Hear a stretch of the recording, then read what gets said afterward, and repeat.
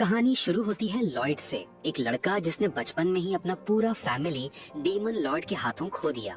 लेकिन तभी एक रहस्यमयी फीमेल मास्टर उसे अडॉप्ट करती है और जंगल के बीचों बीच उसे इतनी क्रूर ट्रेनिंग देती है कि वो बचपन में ही एक वॉकिंग वेपन बन जाता है। फिर भी वो हमेशा कहती तू अभी भी कमजोर है, और लॉयड भी यही मान बैठा, जबकि सच्चाई ये थी वो अकेला ही एसएस रैंक का बन चुका था। मास्टर से छिपकर जब वो दुनिया में निकला तो एक एस रैंक हीरो पार्टी में शामिल हुआ, पर लोगों ने कहा इसके पास तो बस सपोर्ट स्किल्स हैं और उसे बाहर निकाल दिया। लेकिन अब कहानी बस शुरू हुई है, क्योंकि बहुत जल्द सबको पता चलने वाला है कि असली कमजोर कौन था, बाकी दुनिया या लॉयड। जब लॉयड अभी छोटा था तब डीमन किंग के अटैक्स में उसका होम टाउन डिस्ट्रॉय हो गया था। हालांकि वो बच गया और मर्लिन नाम की एक एस रैंक ब्रेव मजिशियन ने उसे ढूंढ निकाला। ऐसा लग रहा था जैसे उसने भी डीमन किंग के खिलाफ फाइट में किसी प्रेशियस व्यक्ति को खो दिया हो, और इस लॉस से उभरने के लिए उसने लॉयड को अडॉप्ट करने और उसे अपना डिसाइपल बनाने का डिसीजन लिया। मर्लिन उसे अपने घर ले जाती है और सबसे पहले वो हवा से एक फायर बॉल बनाती है। वो अमेज्ड लॉयड से कहती है कि अगर वो इवनिंग तक मैजिक से फायर नहीं जला पाता तो उसे रात का डिनर भी नहीं मिलेगा। लॉयड फायर बर्न करने की पूरी कोशिश करता रहता है, और जैसे ही उसे सक्सेस मिलती है वो एक्साइटमेंट से अपने टीचर को दिखाने दौड़ पड़ता है। मर्लिन सार्कास्टिकली कहती है कि उसने अच्छा किया, फिर उसकी छोटी सी आग बुझाकर उसे मीडियम रेयर रोस्ट करती है और कहती है कि उसे अभी बहुत कुछ सीखना है। इसके तुरंत बाद वो उसे जमीन से वाटर निकालना सिखाती है और लॉयड पहली ही कोशिश में इसे सही कर लेता है। हालांकि उसकी अप्रिशिएट करने के बजाय मर्लिन फिर से एक सार्कास्टिक मिस्चीवियस तरीके से बिहेव करती है और उसे पानी में डुबोकर दिखाती है कि ये कैसे किया जाता है। जैसे जैसे दिन बीतते हैं लॉयड नए नए मैजिक सीखता है, लेकिन मर्लिन कभी सेटिस्फाइड नहीं होती। यहाँ तक कि जब वो उसकी आई स्टैचू बनाता है तब भी वो उसे लेसन देने के लिए अपना मैजिक यूज करती है। वो स्टैचू को कंट्रोल करती है और स्टैचू का साइज बढ़ाने से पहले लॉयड को पकड़ लेती है और उसे बताती है कि उसमें स्किल की कमी है। फिर वो स्टैचू तोड़ देती है और लॉयड जमीन पर गिर जाता है। एक इनोसेंट बॉय होने के नाते वो मर्लिन पर पूरा ट्रस्ट करता है और अपनी वीकनेस दूर करने के लिए हार्ड वर्क करने का प्रॉमिस करता है। कुछ दिनों बाद मर्लिन को सिवियर हैंगओवर हो जाता है और लॉयड उसे ठीक करने के लिए अपना मैजिक यूज करता है। उठने के बाद लॉयड सबसे पहले उसे हग करता है और थैंक्स देता है, लेकिन अगले ही पल वो उसे मैजिक प्रैक्टिस करने के लिए बाहर खींच ले जाता है। समय बीतता जाता है और एक रात मर्लिन कुछ एंशिएंट टेक्स्ट्स देख रही होती है। उसके फेस पर अनीज और पेन का एक्सप्रेशन होता है। अचानक लॉयड उसे खाने के लिए बुलाने आता है और जैसे ही वो उठती है गलती से बुक जमीन पर गिर जाती है। लॉयड उसे उठाने में मदद करता है, लेकिन जैसे ही वो बुक को टच करता है उसमें लिखी सारी इन्फॉर्मेशन उसके माइंड में पहुंच जाती है और वो अनकॉन्शियस हो जाता है। ये देखकर मर्लिन पैनिक हो जाती है, क्योंकि लॉयड ने बुक को टच करके ही एक एंशिएंट मैजिक स्पेल सीख लिया था, जिसका मतलब है कि उसमें चोजन होने की क्वालिटीज हैं। इससे मर्लिन को कुछ पेनफुल मेमोरीज ताज़ा हो जाती हैं और वो नहीं चाहती कि लॉयड वही मिस्टेक्स दोहराए जो उसने की थी। इसलिए उस नाइट जब लॉयड पीसफुली सो रहा होता है, मर्लिन उसके रूम में जाती है और एक किस के जरिए उसके फोरहेड पर एक मैजिकल स्पेल डाल देती है, जिससे उसके माइंड में उस एंशिएंट स्पेल का नॉलेज सील हो जाता है, क्योंकि वो नहीं चाहती कि लॉयड अपनी पावर पर ज्यादा ट्रस्ट करे। ये इंश्योर करने के लिए कि लॉयड डेंजरस पाथ पर ना जाए, वो उसे एक व्हाइट मैजिशियन बनने की एडवाइस देती है, जिसका मेन रोल अन्य ब्रेव लोगों को हेल्प करना है। वो उसे रिकवरी मैजिक सिखाती है, जिससे फ्रूट्स ग्रो कर सकते हैं, और फिर एक डाइंग ट्री को यूं रिवाइव करके उनके लेवल्स में डिफरेंस दिखाती है। इसके बाद मर्लिन उसे मैजिक और अन्य चीजों के बारे में सिखाती रहती है, लेकिन जब भी एंशिएंट मैजिक से जुड़ी कोई चीज आती है तो वो कहती है कि उसे ये सीखने की जरूरत नहीं, क्योंकि ancient magic hundreds of years पहले एक्सटिंक्ट हो चुका है। लॉयड मर्लिन के सुपरविजन में ट्रेनिंग करता है और एक दिन मर्लिन उसकी आईज पर ब्लाइंडफोल्ड बांधकर उसे डेंजरस मॉन्स्टर से भरे जंगल में ले जाती है। वो उसे सिर्फ एक नाइफ देती है और कहती है कि वो अपने मैजिक से एक वीक के अंदर घर वापस आ जाए। वो उसे कुछ बोलने का चांस नहीं देती और भाग जाती है, और लॉयड कंफ्यूज्ड और स्कैर्ड रह जाता है। लगभग तुरंत ही एक वुल्फ मॉन्स्टर वहां आता है और लॉयड समहाउ पास के ट्री पर चढ़कर उसके अटैक से बचता है। उसे एहसास होता है कि एक व्हाइट मजिशियन के तौर पर वो जिन स्पेल्स का यूज कर सकता है वे मॉन्स्टर्स को डिफीट नहीं कर सकते, और वो बस डेंजर से बचते हुए घर की ओर चल सकता है। सबसे पहले वो अपनी मैजिकल सेंसेस का यूज करके अपना घर ढूंढता है और फिर उसकी डायरेक्शन में चलना शुरू कर देता है। वो खाने के लिए फ्रूट्स कुक करने के लिए मैजिक यूज करता है और नाइट में वो नए नए मैजिकल स्पेल्स बनाने की कोशिश करता है जो उसे सेफ रहने में मदद कर सकें। वो अकेले ही अपनी डेंजरस जर्नी कंटिन्यू रखता है, नए स्पेल्स का प्रयोग करता है जो उसे फूड खोजने और फास्ट रन करने में मदद कर सकते हैं। अगले दिन वो ऑलमोस्ट एक स्पाइडर मॉन्स्टर द्वारा स्वॉलो कर लिया जाता है, लेकिन अपने स्पेल की मदद से जो उसे फास्ट रन करने में केपेबल बनाता है वो सेफ बच निकलता है। लॉयड होम पहुंचने तक स्पेल्स यूज करना बंद नहीं करता और रिजल्ट में वो डोर स्टेप पर ही एग्जॉशन से गिर जाता है। समय तेजी से बीतता है और लॉयड एक टीनेजर बन जाता है जो आउटर वर्ल्ड के बारे में एक्सप्लोर करने के लिए ईगर होता है, जब उसे पास की सिटी के बारे में एक मैगजीन मिलती है। मर्लिन का उसके प्रति एटीट्यूड भी बदल गया है और वो उसे मैजिक प्रैक्टिस कराने के बजाय उसे डेली चोर्स से निकालकर नए टाइप के मैजिकल स्पेल्स बनाने लगती है। वो रैंडम मोमेंट्स में नए आइडियाज सोचती है और उसे आइडियाज को रियलाइज करने में मदद करने के लिए कंटिन्यूसली नाइट में जगने पर मजबूर करती है। लॉयड इतना स्ट्रेस नहीं झेल पाता और एक रात वो वर्ल्ड एक्सप्लोर करने के लिए घर से भागने का डिसीजन लेता है।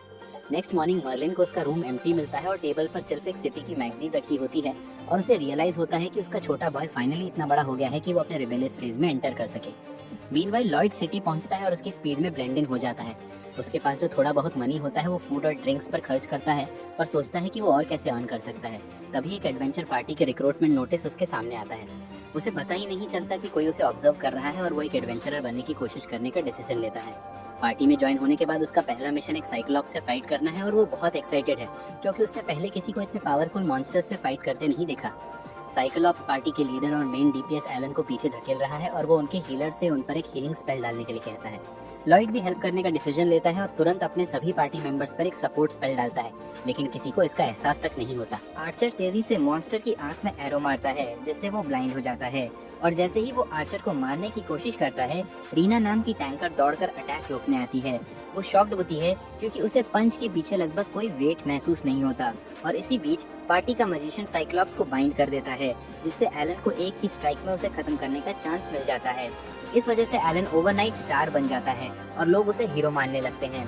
दूसरी तरफ लॉयड पूरी तरह नेग्लेक्टेड है और उसे पेमेंट के रूप में केवल लूज कॉइन्स मिलते हैं क्योंकि वो डी रैंक वाइट मजिशियन है। वो ये रकम इसलिए एक्सेप्ट करता है क्योंकि उसे लगता है कि वो केवल इसी के लायक है और जब एलन कहता है कि उन्हें अपनी सक्सेस के लिए टोस्ट करना चाहिए तो वो तुरंत माफी मांग लेता है क्योंकि वो अल्कोहल नहीं पीता। गर्ल्स नाराज होती हैं क्योंकि उसने एलन का ऑफर रिजेक्ट किया, लेकिन उसे वास्तव में कोई ऑब्जेक्शन नहीं है क्योंकि वो लॉयड को अपनी पार्टी का मेंबर नहीं मानती। वो कहता है कि सभी वाइट मजिशियंस यूजलेस हैं, लेकिन फिर भी उन्हें गिल्ड के रूल्स का पालन करने के लिए एक मजिशियन चाहिए और इससे कोई फर्क नहीं पड़ता कि वो लॉयड है या कोई और। हालांकि रीना को लगता है कि कुछ तो है जिस पर किसी का ध्यान नहीं है और वो लॉयड के बारे में काफी क्यूरियस है। दूसरी ओर लॉयड पर नजर रखने वाला व्यक्ति मर्लिन का इन्फॉर्मेंट निकलता है और उसे उसके स्टूडेंट के बारे में लगातार जानकारी देता रहता है। मर्लिन कहती है कि उसे लॉयड की चिंता नहीं है, बशर्ते वो बहुत एरोगेंट ना हो जाए और स्पाई उससे पूछेगा कि क्या उसे पास्ट इवेंट्स का रिग्रेट है। मर्लिन अपने लिप्स काट लेती है जब उसे वो दिन याद आता है जब उसने हीरो सिबिल की लीडरशिप में अपनी आर्मी के साथ डीमन किंग से फाइट की थी। डीमन किंग उनसे जीत नहीं सका, इसलिए उसने खुद को डिस्ट्रॉय करने का फैसला किया और अपने साथ पूरा शहर एनाहिलेट कर दिया। हीरो सिबिल ने एंशिएंट मैजिक यूज करके उन सभी लोगों को अलाइव किया जो डीमन किंग के अटैक्स में मारे गए थे, लेकिन इसके लिए उसे अपनी लाइफ सैक्रिफाइस करनी पड़ी। इसे खोना मर्लिन के लिए एक बहुत बड़ा शौक था और हालांकि उसने लॉयड को बस एक मेजर के तौर पे अडॉप्ट किया था, उसने कभी नहीं सोचा था कि सिबिल की तरह उसे भी चोजन किया जाएगा। उसने वाव किया कि वो अपनी मिस्टेक्स कभी नहीं दोहराएगी और लॉयड को सुरक्षित रखने के लिए जो जरूरी होगा वो करेगी। सिटी वापस आकर लॉयड की मदद से पावरफुल मॉन्स्टर्स को स्ले करने के बाद एलन जल्दी ही एक बड़ा नाम बन जाता है। बेशक रीना के अलावा किसी को इस बात का रियलाइजेशन नहीं होता, जिसे बस थोड़ा बहुत अंदाजा होता है। एक रात एलन को सोल्जर से एक रिक्वेस्ट मिलती है कि वो कुछ गोलेम्स को डिफीट करे जो एक पेट्रोल पोस्ट के पास उनके सोल्जर्स को मार रहे हैं। एलन तुरंत इस प्रपोजल को एक्सेप्ट कर लेता है, ये सोचकर कि काफी इजी होगा। वो अपनी टीम को पेट्रोल पॉइंट पर ले जाता है और लॉयड अपनी मैजिकल सेंसेस से पता लगाता है कि उन्हें गोलम से फाइट करने के लिए स्प्रिंग में प्रवेश करना होगा। अंदर पहुंचकर एलन गोलम से लड़ता है, लेकिन एक समनर हर बार नए गोलम्स बनाता रहता है। लॉयड को पता चलता है कि समनर एक मैजिकल स्टोन यूज कर रहा है नए गोलम्स बनाने के लिए और वो तुरंत आर्चर को स्ट्रेंथन करता है और उसे समनर पर एम करने को कहता है। वो उसकी बात मान लेती है और उसका एरो किसी तरह एक पिलर के आर पार घूमकर समनर के चेस्ट में लग जाता है। फिर लॉयड मैजिशियन को मैजिक वॉन्ड उसके पास टेलीपोर्ट करने का ऑर्डर देता है और वो उसे भी तुरंत सील कर देता है। एलन को ये बात पसंद नहीं आती क्योंकि उसे लगता है कि सिर्फ वही अपनी टीम को कमांड दे सकता है। फिर वो गोलम पर फोकस करने का डिसीजन लेता है और लॉयड उसे पीछे हटने की वार्निंग देता है क्योंकि गोलम अपने मास्टर को खोने के बाद आउट ऑफ कंट्रोल हो गया है। एलन उसकी बात नहीं सुनता और आगे बढ़ता है और लॉयड को उसे पकड़कर स्टोन के डीमन से क्रश होने से बचाने के लिए एक स्पेशल मैजिक यूज करना पड़ता है। एलन उस पर एंग्री हो जाता है और तभी पावर डाउन हो जाती है, जिससे लॉयड उसे डिस्ट्रॉय करने का मौका पाता है। मिशन खत्म होते ही एलन तुरंत लॉयड को जॉब से निकाल देता है और कहता है कि वो यूजलेस है और हमेशा पीछे चिपता रहता है। लॉयड, जिससे अब तक ये कन्विंस किया गया था कि उसके पास स्किल की कमी है, बिना कोई रेजिस्टेंस किए उसके डिसीजन को एक्सेप्ट कर लेता है। वो किसी और पार्टी में ज्वाइन करने की कोशिश करता है, लेकिन वहाँ कोई वैकेंसी नहीं होती और वो डिसअपॉइंट हो जाता है। लकीली एक गर्ल फ्री व्हाइट मैजिशियन की तलाश में है, लेकिन रिसेप्शनिस्ट उसे बताती है कि उसकी कंडीशंस को पूरा करने वाला कोई मिलना मुश्किल होगा।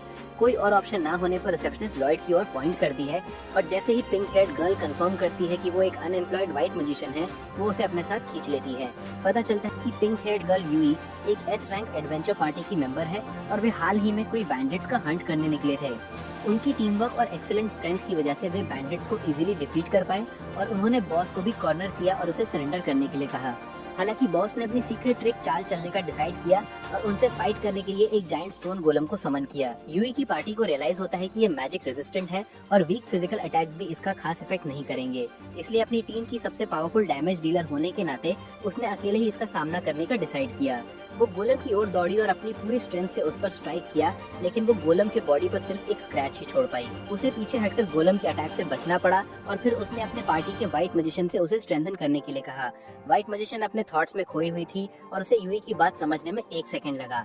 लकीली वो समय पर अपनी पावर बढ़ाने के लिए एक स्पेल चांट करने में सफल रही, जिससे यूई अपने नेक्स्ट अटैक में गोलम को डिफीट कर सकी। सभी बैंडिट्स को अरेस्ट करने के बाद यूई व्हाइट मैजिशियन क्लम से बात करने गई, जिसने उससे पहले डिस्ट्रैक्शन के लिए अपॉलॉजी मांगी क्योंकि इससे यूई की लाइफ रिस्क में आ सकती थी। यूई ने उससे कहा कि वो इस बारे में ज्यादा ना सोचे क्योंकि वो जानती थी कि क्लम इस समय कुछ सीरियस पर्सनल इश्यूज से जूझ रही है। उसने पूछा कि उसके घर में सब कैसा चल रहा है और फिर क्लम ने अचानक यूई को अपना रेजिग्नेशन दे दिया क्योंकि उसे अपने सिक सिस्टर की केयर करने के लिए कुछ टाइम की लीव चाहिए थी। ये हमें उस मोमेंट तक ले आता है जहाँ यूई क्यूरियोसिटी से लॉयड का हाथ पकड़कर उसे अपने हाइड आउट पर ले जाती है। उसके टीममेट्स को ये रियलाइज करने में थोड़ी देर लगती है कि उसने व्हाइट मैजिशियन ढूंढ लिया है क्योंकि उन्हें विश्वास था कि वो फेल हो जाएगी। इसके बाद यूई लॉयड का इंट्रोडक्शन सभी से कराती है, लेकिन उसे अभी तक उसका नाम भी नहीं पता है। इसके बाद यूई उसे अपनी टीम का इंट्रोडक्शन देती है, जिसमें शील्ड बेयरर डागास, आर्चर क्रॉस और मैजिशियन सिलिका शामिल हैं। अंत में वो खुद को स्वॉर्ड्सवुमन और टीम लीडर के रूप में प्रेजेंट करती है और लॉयड का अपनी टीम में वेलकम करती है।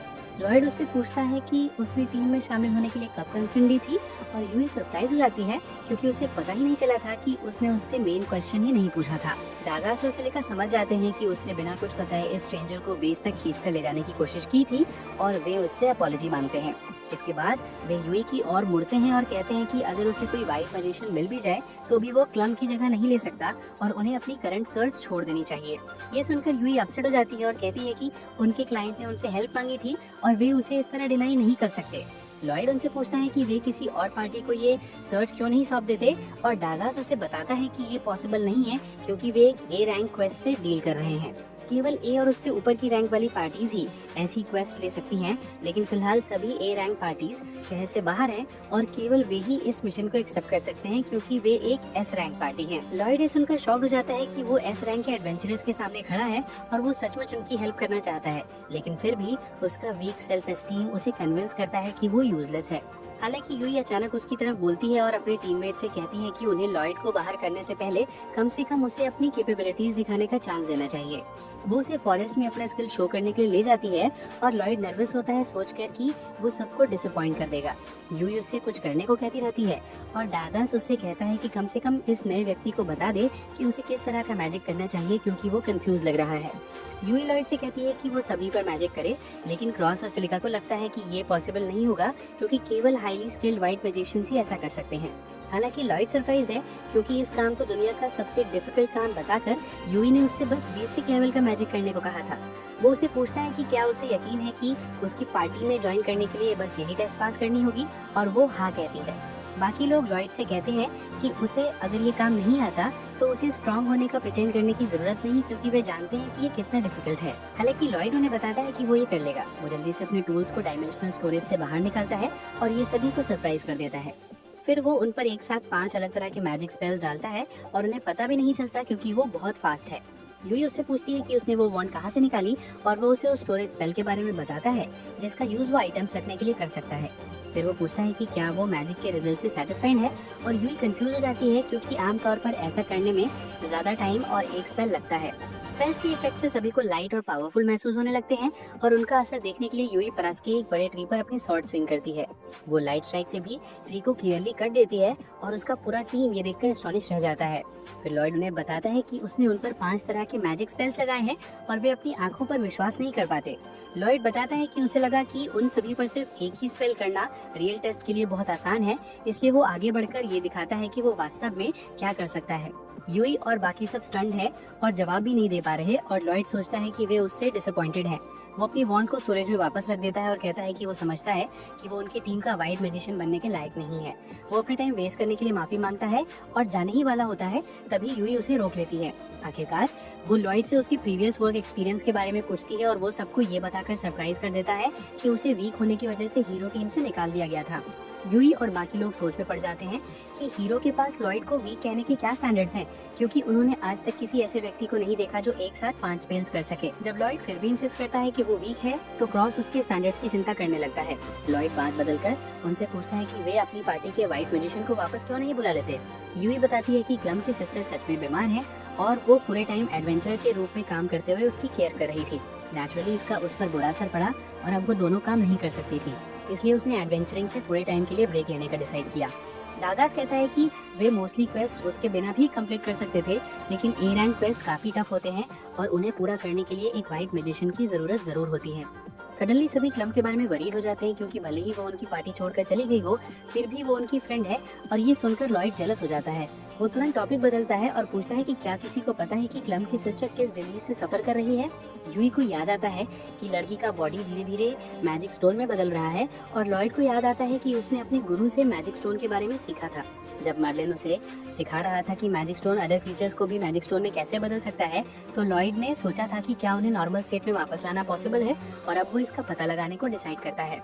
वो यूई से कहता है कि वो उसे क्लम के घर ले जाए और वो उसे वहाँ ले जाती है। बहुत थिन और टायर्ड क्लम दरवाजा खोलती है और अपनी फ्रेंड को वहाँ देखकर सरप्राइज हो जाती है। अंदर जाते ही लॉयड इमीडिएटली काम पर लग जाता है। वो क्लम से अपनी सिस्टर की कंडीशन डिटेल में बताने को कहता है और वो बताती है कि पहले वो और उसकी सिस्टर सिल्वी साथ में एडवेंचरस ट्रिप्स पर जाया करती थी, लेकिन एक दिन मिशन के दौरान वो इंजर्ड हो गई और तब से सिक रही। लॉयड उसे सिम्टम्स पूछता है और क्लम उसे बताने के बजाय शो करना डिसाइड करती है। जैसे ही वो सिल्वी के रूम का डोर खोलती है, एक शार्प मैलेवोलेंट माइंड बाहर निकलता है और फिर क्लम अपनी सिस्टर का ब्लैंकेट हटा देती है, जिससे पता चलता है कि उसके हैंड्स और फीट पहले ही मैजिक स्टोन में बदल गए हैं। वो कहती है कि सिल्वी का माइंड आउट ऑफ कंट्रोल हो गया है और उसकी कंडीशन दिन ब दिन वर्स होती जा रही है। क्लम को डर है कि उसकी सिस्टर ज्यादा दिन नहीं जिएगी और फिर लॉयड उसे हेल्प के लिए कहता है। वो कहता है कि अगर वो सही है तो उसके पास एक थ्योरी है जिससे सिल्वी नॉर्मल स्टेट में वापस आ सकती है, लेकिन क्लम उसकी बात मानने से इनकार कर देती है, क्योंकि जिन एक्सपर्ट डॉक्टर्स को उसने अपनी सिस्टर को दिखाने के लिए बुलाया था उन्होंने भी उसकी कंडीशन ठीक ना होने की बात कही थी। हालांकि लॉयड समझाता है कि सिल्वी शायद किसी हाई प्योरिटी मैजिक स्टोन के से इंजर्ड हो गई थी, जिससे वो भी मैजिक स्टोन में बदलने लगी थी। वो क्लम से पूछता है कि क्या सिल्वी किसी हाई डेंसिटी एरिया में इंजर्ड हुई थी और सिल्वी कंफर्म करती है कि वो एक केव से मैजिक स्टोन निकालने के मिशन पर थे। लॉयड उससे वूंड लिखाने के लिए कहता है और जब क्लम सिल्वी की वेश दिखाती है जो मैजिक स्टोन में बदल गई है, तो लॉयड को यकीन हो जाता है कि प्रॉब्लम यहीं से शुरू हुई थी। क्लम उससे पूछती है कि उसे ये सब कैसे पता है और वो जवाब देता है कि उसने ये सब अपने गुरु से सीखा है। यू फिर क्लम से कहती है कि वो इस टास्क के लिए लॉयड पर ट्रस्ट करे और उसे एक चांस देने का डिसाइड करती है। लॉयड तुरंत एक स्पेल करता है जिससे सिल्वी की बॉडी से सारी करप्टेड एसेंस सोख लिया जाता है, लेकिन ये उसके लिए भी काफी चैलेंजिंग होता है। खैर वो पहला स्टेप तो कंप्लीट कर ही लेता है और क्लम से कहता है कि उसे सिल्वी का एसेंस लगभग 0 कर देना चाहिए, वरना उसे ठीक करने का कोई मतलब नहीं होगा। वो कहता है कि वो उसे फिक्स करते हुए उसका माइंड भी सोखता रहेगा और हीलिंग शुरू करने के लिए एक और मंत्र कास्ट करता है। क्लम को रियलाइज होता है कि ये नॉर्मल हीलिंग मंत्र नहीं है और लॉयड उसे बताता है कि ये एक मोर पावरफुल वर्जन है जो एक्सट्रीमली इफेक्टिव है, लेकिन इससे वो सिल्वी से सोख रहे माइंड को भी बर्न कर सकता है। ये सुनकर क्लम शॉक्ड रह जाती है और यूज से पूछती है कि क्या लॉयड कुछ इम्प्रेसिव कर रहा है। वो रिप्लाई देती है कि वो एक ही समय में 2 सेल्फ मेड स्पेल्स कास्ट कर रहा है और साथ ही मैसिव अमाउंट ऑफ माइंड भी हैंडल कर रहा है, जो दोनों ही टॉप टियर व्हाइट मैजिशियंस के लिए भी इम्पॉसिबल होंगे। जल्द ही लॉयड की टेक्निक अपना असर दिखाती है। सिल्वी का स्टोन लाइक बॉडी नॉर्मल हो जाता है। परिणाम स्वरूप सिल्वी को कॉन्शियसनेस आ जाती है और ये देखकर क्लम खुशी के आंसू रोने लगती है। बाद में वो यूई और लॉयड से कहती है कि उसकी सिस्टर के ठीक हो जाने पर वो दोनों फिर से एडवेंचरस ट्रिप्स पर जाएंगे और वो चाहती है कि उसकी जगह लॉयड उसकी पार्टी का सपोर्ट करे। लॉयड उसे बताता है कि वो इसके लिए पर्याप्त केपेबल नहीं है, लेकिन ये बात क्लम को समझ नहीं आती है और वो कहती है कि वो वही करे जो उसका हार्ट कहता है। इसके बाद यूई और बाकी लोग सिल्वी के रिकवरी का सेलिब्रेशन करते हैं और लॉयड का थैंक्स करते हैं, जो अभी भी सोचता है कि वो इसके लायक नहीं है। हालांकि वो देखता है कि यहाँ सभी उसके साथ कितना काइंड बिहेवियर कर रहे हैं। हालांकि वो अभी अभी मिले हैं और वो नर्वस होकर उनसे कहता है कि वो उन्हें अपनी पार्टी में ज्वाइन करने दे, भले ही उसमें स्ट्रेंथ कम हो। उसके मन में आए बदलाव से सभी प्लेजेंटली सरप्राइज्ड होते हैं और वो खुशी खुशी उसका अपनी पार्टी में वेलकम करते हैं।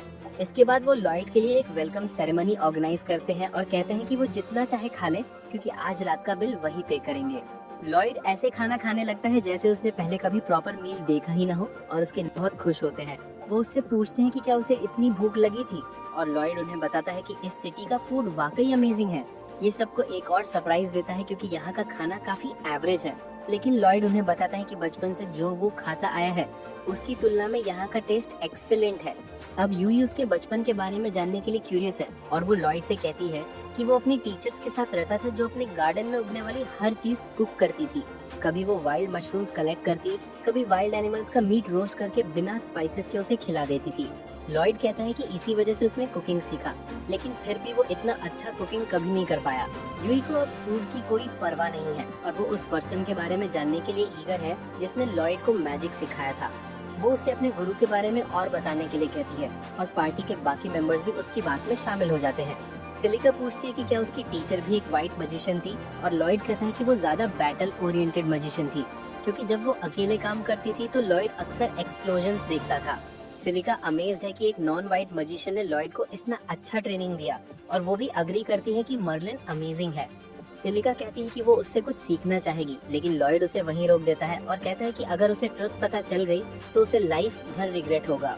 खैर, मर्लिन के बारे में और डिस्कस करने के बाद पार्टी अपने मिशन के लिए एक स्ट्रेटेजिक मीटिंग ऑर्गेनाइज करती है और यूई डगास से लॉयड को मिशन डिटेल्स एक्सप्लेन करने के लिए कहती है क्योंकि वो प्रेजेंटेशन देने में बहुत वीक है। डगास लॉयड को बताता है कि उनका मिशन उन मॉन्स्टर्स को डिफीट करना है जो लोकल फार्म्स डिस्ट्रॉय कर रहे हैं और सिलिका उसे बताती है कि कई मॉन्स्टर स्पीशीज मिलकर एक ग्रुप बना रही हैं। लॉयड पहली बार ऐसा सुन रहा है और डगास कहते हैं कि ये उनके लिए भी न्यू इन्फॉर्मेशन है, लेकिन उन्हें इसे सीरियसली लेना होगा। अचानक क्रॉफ कहता है कि चूंकि उनके सामने एनिमीज की लार्ज नंबर है, इसलिए उसे और यूई को फिजिकल कॉम्बैट करना पड़ेगा, क्योंकि मेली अटैकर्स क्राउड को हैंडल करने में एक्सपर्ट नहीं है। यूई सहमत होते हुए कहती है कि सिलिका को इस बार उन्हें हैंडल करना होगा क्योंकि वो वाइड एरिया स्पेल्स यूज कर सकती है। लेकिन सिलिका भी नर्वस है क्योंकि वाइड एरिया स्पेल्स यूज करने में बहुत ज्यादा एसेंस खर्च होता है।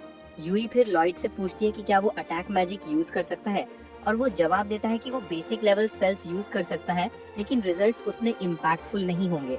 इसके बाद डगास स्ट्रेटेजी मेकिंग सेक्शन में आगे बढ़ता है और कहता है कि वो और यूई मॉन्स्टर्स को एक जगह गैदर करेंगे ताकि सिलिका उन पर इंस्टेंटली अटैक कर सके। क्रॉस सिलिका की प्रोटेक्शन करेगा और लॉयड जो हीलिंग और सपोर्ट पर फोकस करेगा। इसके बाद सभी रिलैक्स करने के लिए इनकी ओर जाते हैं, लेकिन लॉयड दूसरी डायरेक्शन में चलने लगता है। डगास उसे रोकता है और पूछता है कि वो कहाँ जा रहा है। लॉयड नर्वस होकर रिप्लाई देता है कि उसके पास इतना पैसा नहीं है कि वो इनमें रूम ले सके। डगास तुरंत उसे एक पाउच देता है जिसमें लॉयड ने अपनी पूरी लाइफ में जितने पैसे देखे हैं उससे भी ज्यादा मनी है। वो नर्वस हो जाता है और डगास से कहता है कि वो इसे एक्सेप्ट नहीं कर सकता, लेकिन लॉयड रिप्लाई देता है कि ये डोनेशन नहीं है क्योंकि वो ये अमाउंट अपनी सैलरी से कट करेगा। लॉयड अब रिफ्यूज नहीं कर सकता और वो डगास को थैंक्स कहता है और प्रॉमिस करता है कि वो पैसे चुकाने की पूरी कोशिश करेगा। नेक्स्ट मॉर्निंग सभी लोग इनके सामने गैदर होते हैं और यूई सबसे लास्ट में पहुंचती है। वो सबसे पूछती है कि उनके बैग्स कहाँ हैं और वो एक्साइटेडली उसे बताते हैं कि लॉयड ने उन सभी को अपने मैजिकल स्टोरेज में रख दिया है ताकि उन्हें कैरी करने की चिंता ना हो। यूई भी तुरंत प्रपोजल एक्सेप्ट कर लेती है और लॉयड जल्दी से अपना सामान मैजिकल स्टोरेज में रख देता है। यूई और सिलिका उसके अमेजिंग स्किल्स की प्रशंसा करने लगते हैं, लेकिन लॉयड उन्हें कहता है कि वो ये स्पेल उन सभी को सिखा सकता है। ये सुनकर सभी शॉक्ड रह जाते हैं क्योंकि उन्होंने लॉयड के अलावा किसी और को ये स्पेल करते नहीं देखा, लेकिन वो उन्हें विश्वास दिलाता है कि इसे सीखना काफी आसान है। हालांकि स्टोरेज की कैपेसिटी बढ़ाने के लिए थोड़ी ट्रेनिंग की जरूरत होती है। इसके साथ ही वे अपने मिशन पर निकल पड़ते हैं और रास्ते में लॉयड को लॉन्ग जर्नीज के दौरान मजे करने का महत्व समझ आता है। वे अपने फर्स्ट कैंप साइट पर तय टाइम से बहुत पहले पहुंच जाते हैं क्योंकि उन्हें सामान कैरी नहीं करना पड़ता और वहाँ लॉयड मैजिकल स्टोरेज से सामान निकालता है ताकि वे अपने टेंट लगा सके। अब जब उन्होंने टेंट लगा लिए हैं, यूई रिवर में स्प्लैश करने का डिसाइड करती है, लेकिन डगास उसे स्कोल्ड करता है और कहता है कि उन्हें अभी भी फायरवुड और फूड इकट्ठा करना है। लॉयड फायरवुड इकट्ठा करने के लिए आगे आता है और यूई वर्क का लोड कम करने के लिए उसका थैंक्स करती है। फिर वो सिलिका को अपने साथ ले जाती है ताकि वे बात कर सके और इसी बीच लॉयड जंगल में जाकर कुछ ड्राई फूड इकट्ठा करता है। तभी उसकी नजर चाइल्डहुड में खाए गए फ्रूट्स पर पड़ती है और वो अपने कंपेनियंस के लिए हैंडफुल ऑफ गुड लेने का डिसाइड करता है। तभी अचानक उसे यूई की स्क्रीम सुनाई देती है। वो स्क्रीम की डायरेक्शन में दौड़ता है और देखता है कि एक जायंट मॉन्स्टर स्नेक यूई और सिलिका पर अटैक कर रहा है, जो उसके सामने बिल्कुल हेल्पलेस है। लॉयड तुरंत उनकी मदद के लिए रश करता है और मॉन्स्टर का ध्यान खींचने के लिए उस पर अटैक करता है। इस मौके का फायदा उठाकर यूई और सिलिका किनारे की ओर दौड़ पड़ते हैं और लॉयड उनके बॉडी का टॉवल से कवर करने का इंतजार करता है, फिर उन पर वेपन्स फेंक देता है। फिर वो तुरंत उन पर 2 मैजिकल स्पेल्स कास्ट करता है और यूई तुरंत मॉन्स्टर पर लीप करती है और एक स्ट्राइक में उसे 2 पीसेस में कट कर देती है। हालांकि मॉन्स्टर का कट हेड भी अटैक करता है और सिलिका यूई और लॉयड को हाइड करने के लिए कहती है, इससे पहले कि उस पर फायरबॉल थ्रो करके उसे एक ही स्ट्राइक में फिनिश कर दे। वो शॉक्ड हो जाती है क्योंकि आमतौर पर उसके पास इतनी स्ट्राइकिंग पावर नहीं होती, लेकिन उसे रियलाइज नहीं होता कि लॉयड ने उसे और स्ट्रॉन्ग बना दिया है। इस बीच यूई उसकी लाइफ बचाने के लिए थैंक्स करती है और अपनी स्वॉर्ड वापस स्टोरेज में रखने के लिए कहती है। तभी अचानक उसका टॉवल गिर जाता है और लॉयड को वो कॉन्स्पिरेसी दिख जाती है जो वो हाइड कर रही थी। दोनों नर्वस हो जाते हैं और लॉयड को स्लैप पड़ जाता है, हालांकि गलती उसकी नहीं थी। खैर, कैंप साइट पर वापस लौटने पर लॉयड सबको मैजिकल स्टोरेज मैजिक सिखाने का डिसाइड करता है। वो उन्हें पहले अपनी पाम से एक जगह ओपन करने के लिए कहता है, लेकिन उन्हें समझ नहीं आता कि कैसे करना है। हालांकि सिलिका की एडवाइस पर वे ट्राई करते हैं, लेकिन वो बस एक इनविजिबल बलून को क्रश करने वाले फूल्स की तरह दिखते हैं। लॉयड को लगता है कि वो एक बैड टीचर है क्योंकि उन्हें ये नहीं सिखा सकता। तभी अचानक सिलिका ने स्टोरेज स्पेल कास्ट किया और वो एक मैजिकल स्पेस ओपन करने में केपेबल हो गई। अचानक सभी को रियलाइज होता है कि वे लॉयड की तरह बिना स्पेल के मैजिक नहीं कर सकते, लेकिन अगर वो स्पेल यूज कर सकें तो अंततः वो इसे समझ ही जाएंगे। थोड़े प्रैक्टिस के बाद सिलिका अपनी वॉन्ड को मैजिकल स्पेस में रख पाती है, लेकिन बाकी लोगों को ऐसा करने में मुश्किल होती है। लेट नाइट जब बाकी लोग सो रहे होते हैं, लॉयड और यूई सर्वेलेंस कर रहे होते हैं। यूई अचानक उसके सामने बैठ जाती है और उसे पार्टी में ज्वाइन करने के लिए थैंक्स करती है और वो रिप्लाई देता है कि वो भी अनएम्प्लॉयड था, इसीलिए उसे थैंक्स देना चाहिए। फिर उसे याद आता है कि यूई इस क्वेस्ट को कंप्लीट करने के लिए कितनी डिटरमाइंड थी, क्योंकि उनके क्लाइंट्स को हेल्प की जरूरत थी। और वो उससे पूछता है कि क्या कोई स्पेशल रीजन है कि वो इस क्वेस्ट को कंप्लीट करने के लिए इतना इंसिस्ट कर रही थी। यूई से बताती है कि जब वो छोटी थी तो उसके विलेज पर मॉन्स्टर्स ने अटैक किया था और वो अकेली बची थी, इसीलिए जब उसने इस क्वेस्ट के बारे में सुना तो वो खुद को इसे एक्सेप्ट करने से रोक नहीं पाई, क्योंकि वो लोगों को उस सिचुएशन से बचाना चाहती थी जिसका उसने सामना किया था। अचानक लॉयड ने उसकी बात बीच में ही रोक दी और कहा कि चुप रहो क्योंकि आसपास मॉन्स्टर्स हैं। यूई अलर्ट हो जाती है और अपनी स्वॉर्ड समन करती है, जबकि लॉयड उसे जाकर सबको वेकअप करने के लिए कहता है। जल्द ही पूरी पार्टी स्पाइडर मॉन्स्टर्स का सामना करने के लिए रेडी हो जाती है, लेकिन उन्हें रियलाइज होता है कि उनकी संख्या बहुत ज्यादा है और उन्हें भी रिट्रीट करना चाहिए। वे धीरे धीरे बैक चलने लगते हैं, लेकिन तभी अनफॉर्चुनेटली यूई एक ब्रांच पर पैर रख देती है और उसकी आवाज मॉन्स्टर्स का अटेंशन अट्रैक्ट करती है। सभी लोग जितना फास्ट रन कर सकते हैं रन करते हैं, लेकिन स्पाइडर्स उन्हें कैच कर लेती हैं और सराउंड कर लेती हैं। वो अपने हिप्स से बैब्स भूनने लगते हैं और ब्रेव मेंबर्स पहले अटैक को ब्लॉक करते हैं, लेकिन तभी एक स्पाइडर सिलिका की स्टाफ बाइंड करके उससे छीन लेती है। फिर स्पाइडर्स उन्हें सिल्क के जिस्म में ट्रैप कर देती हैं और सभी पैनिक हो जाते हैं। लॉयड कहता है कि उन्हें स्पाइडर्स को डिफीट करने से पहले वही रोक देना चाहिए। वो जल्दी से अपने कंपेनियंस पर मैजिक करता है और फिर यूई को फर्स्ट अटैक करने के लिए कहता है। वो सिल्क वेब को टीयर करते हुए ऊपर लीप करती है और फिर क्रॉस उसे सिलिका का स्टाफ रिटर्न कर देता है। इस बीच यूई एक स्पाइडर की ओर रश करती है, उसकी स्टिकी स्प्रे ब्लॉक करती है और फिर क्विकली उसके लेग्स काट देती है। फिर वो स्पाइडर के सिल्क थ्रेड पर प्लॉट करते हुए दूसरी स्पाइडर की ओर तेजी से बढ़ती है और उसके लेग्स भी काट देती है। इसके बाद लॉयड सिलिका और क्रॉस को अटैक में शामिल होने के लिए कहता है। सिलिका कुछ फायरबॉल्स बनाती है और क्रॉस उनमें एरो शूट करता है, जिससे स्पाइडर्स बर्न होते हुए एरो से डैमेज होती है। इसके साथ ही फाइट खत्म हो जाती है और लॉयड को रियलाइज होता है कि उसने कमांड शाउट करना शुरू कर दिया, जबकि वो पार्टी का न्यूएस्ट मेंबर है। वो अपनी बात से डिस्ट्रैक्ट होने के लिए अपोलोजाइज करता है, लेकिन डगास उसे कहता है कि अच्छी बात थी क्योंकि उसमें इनेट लीडर के गुण हैं। बाकी सभी उससे एग्री होते हैं और वो लॉयड को बैटल के दौरान पार्टी को लीड करने में एक्टिव रोल निभाने के लिए कहते हैं। अगली सुबह सभी ने मैजिकल स्टोरेज मैजिक इतने अच्छे तरीके से सीख लिया था कि वो अपना सामान खुद उठा सकते थे और जैसे ही वो अपनी जर्नी पर वापस लौटते हैं, लॉयड बार बार यही सोचता रहता है कि स्पाइडर्स यहाँ क्यों थे। कुछ दिनों बाद जब लॉयड नाइट में अकेले गार्ड कर रहा होता है तो फिर से स्पाइडर्स के बारे में सोचने लगता है। वो सोचता है कि उन्हें थोड़ी और चेकिंग करनी चाहिए थी। तभी अचानक यूई और सिलिका उसका नाम पुकारती हैं और पूछती हैं क्या वो आज रात भी अकेले गार्ड करने वाला है। लॉयड के हाँ कहने पर लड़कियां उसके बारे में वरीड हो जाती हैं क्योंकि वो पिछले कुछ समय से पूरी रात जाग रहा है। वो उसे कहती है कि उसे दूसरों के साथ नाइट शिफ्ट बदलनी चाहिए, लेकिन लॉयड उन्हें बताता है कि वो ठीक रहेगा और वो चाहता है कि बाकी सभी अपनी एंड्योरेंस बचा कर रखे ताकि अगर उन्हें फाइट करनी पड़े तो वो बच सके। यूई उसे एक एडवाइस देने ही वाली थी कि सिलिका उसे रोक देती है और लॉयड के डिसीजन को रिस्पेक्ट करने को कहती है, लेकिन साथ ही ये भी कहती है कि अगर सिचुएशन उसके लिए बहुत टफ हो जाए तो उन्हें बताना चाहिए। इस बीच क्रॉस और डगास अपने टेंट से ये सीन ऑब्जर्व करते रहते हैं। लॉयड की स्टबर्ननेस से वरीड अगले दिन वे अपनी जर्नी वापस शुरू करते हैं और जैसे ही वो रेस्ट करते हैं तो लॉयड उनके आसपास किसी भी मॉन्स्टर को पता लगाने की कोशिश करता है। जब उसे कुछ नजर नहीं आता तो वो रिलीफ फील करता है। तभी यूई दौड़कर उसके पास आती है और पूछती है कि वो क्या कर रहा है। वो उसे स्काउटिंग मैजिक के बारे में बताता है जिससे वो आसपास के मॉन्स्टर्स और दूसरे डेंजर्स का पता लगा सकता है और यूई हैरान रह जाती है क्योंकि वो उस स्पेल के बारे में पहली बार सुन रही थी। लॉयड उसे बताता है कि इसका असर बहुत ज्यादा नहीं होता, लेकिन फिर भी कुछ न होने से तो बेहतर ही है। यूई वरीड हो जाती है क्योंकि वो अपने आसपास की चीजों पर नजर रखने का सारा बर्डन अपने ऊपर ले रहा है, लेकिन वो उसे बताता है कि वो ठीक है और उसे किसी हेल्प की जरूरत नहीं है। उस रात जब लॉयड फिर से अलोन ही सब पर नजर रख रहा था, यूई ने कहा कि ऐसा लगता है कि उसे उन पर बिल्कुल भरोसा नहीं है, हालांकि अब वे दोस्त हैं। सिलिका उसे बताती है कि अलग अलग लोगों के एक दूसरे के साथ सहज होने की स्पीड अलग अलग होती है और लॉयड के पास्ट में कोई ऐसा ट्रॉमा जरूर होगा जिसकी वजह से वो दूसरों से दूर रहता है। वो ये भी मानती है कि लॉयड को अपनी एक्स्ट्रॉर्डिनरी स्किल्स का अंदाजा नहीं है, इसलिए वो बहुत ज्यादा मेहनत करके इसकी कॉम्पेंसेशन करने की कोशिश करता है। ये सुनकर यूई लॉयड के पास्ट के बारे में जानने के लिए क्यूरियस हो जाती है, लेकिन सिलिका उससे कहती है कि जब वो हमारे साथ कंफर्टेबल हो जाएगा तो वो हमें सब कुछ बता देगा। दूसरी ओर डागस लॉयड के पास आता है और उसे हेल्प की जरूरत होने पर साथ चलने को कहता है, जबकि क्रॉस कुछ समय के लिए उसकी जगह पर नजर रखने के लिए तैयार हो जाता है। लॉयड डागस के साथ जाता है जो एक वायर ट्रिप अलार्म लगाता है जो किसी भी मॉन्स्टर के उनके कैंप साइट के पास आने पर लॉयड उससे इम्प्रेस्ड होता है और फिर डागस उसे कहता है कि अलार्म हमें मॉन्स्टर्स के बारे में अलर्ट कर देगा, इसलिए तुझे थोड़ा रेस्ट करना चाहिए। लॉयड कहता है कि इसकी कोई जरूरत नहीं है और वो इस अलार्म से बेटर काम कर सकता है, लेकिन तभी डागस अचानक उसे भिड़ता है और पूछता है कि क्या उसे पार्टी पर भरोसा नहीं है। लॉयड जवाब देता है कि उसे भरोसा है, लेकिन डागस उसे बताता है कि उसके एक्शंस कुछ और ही कह रहे हैं। लॉयड को मर्लिन और उसके फॉर्मर बॉस की बातें याद आती हैं। दोनों ने उसे इनएक्सपीरियंस्ड और यूजलेस बताया था। वो डागस से कहता है कि अगर वो हार्डवर्क नहीं करेगा तो वो दूसरों के लिए ट्रबल क्रिएट कर सकता है, लेकिन डागस उसे पूरे विश्वास से कहता है कि अगर वो ऐसा करेगा तो दूसरों के लिए ट्रबल खड़ी कर देगा। लॉयड उसकी बात समझ नहीं पाता और डागस समझाता है कि उन्होंने एक टीम बनाई थी ताकि वो उन चीजों को एक टीम के रूप में मैनेज कर सके जिन्हें वो अकेले नहीं संभाल सकते थे, और जाहिर है हर कोई कभी न कभी कुछ प्रॉब्लम्स क्रिएट करता है। वो लॉयड से अपनी टीम पर ज्यादा भरोसा करने को कहता है और ये पहली बार है जब डिम्बिट ने इस कॉन्सेप्ट के बारे में सुना है।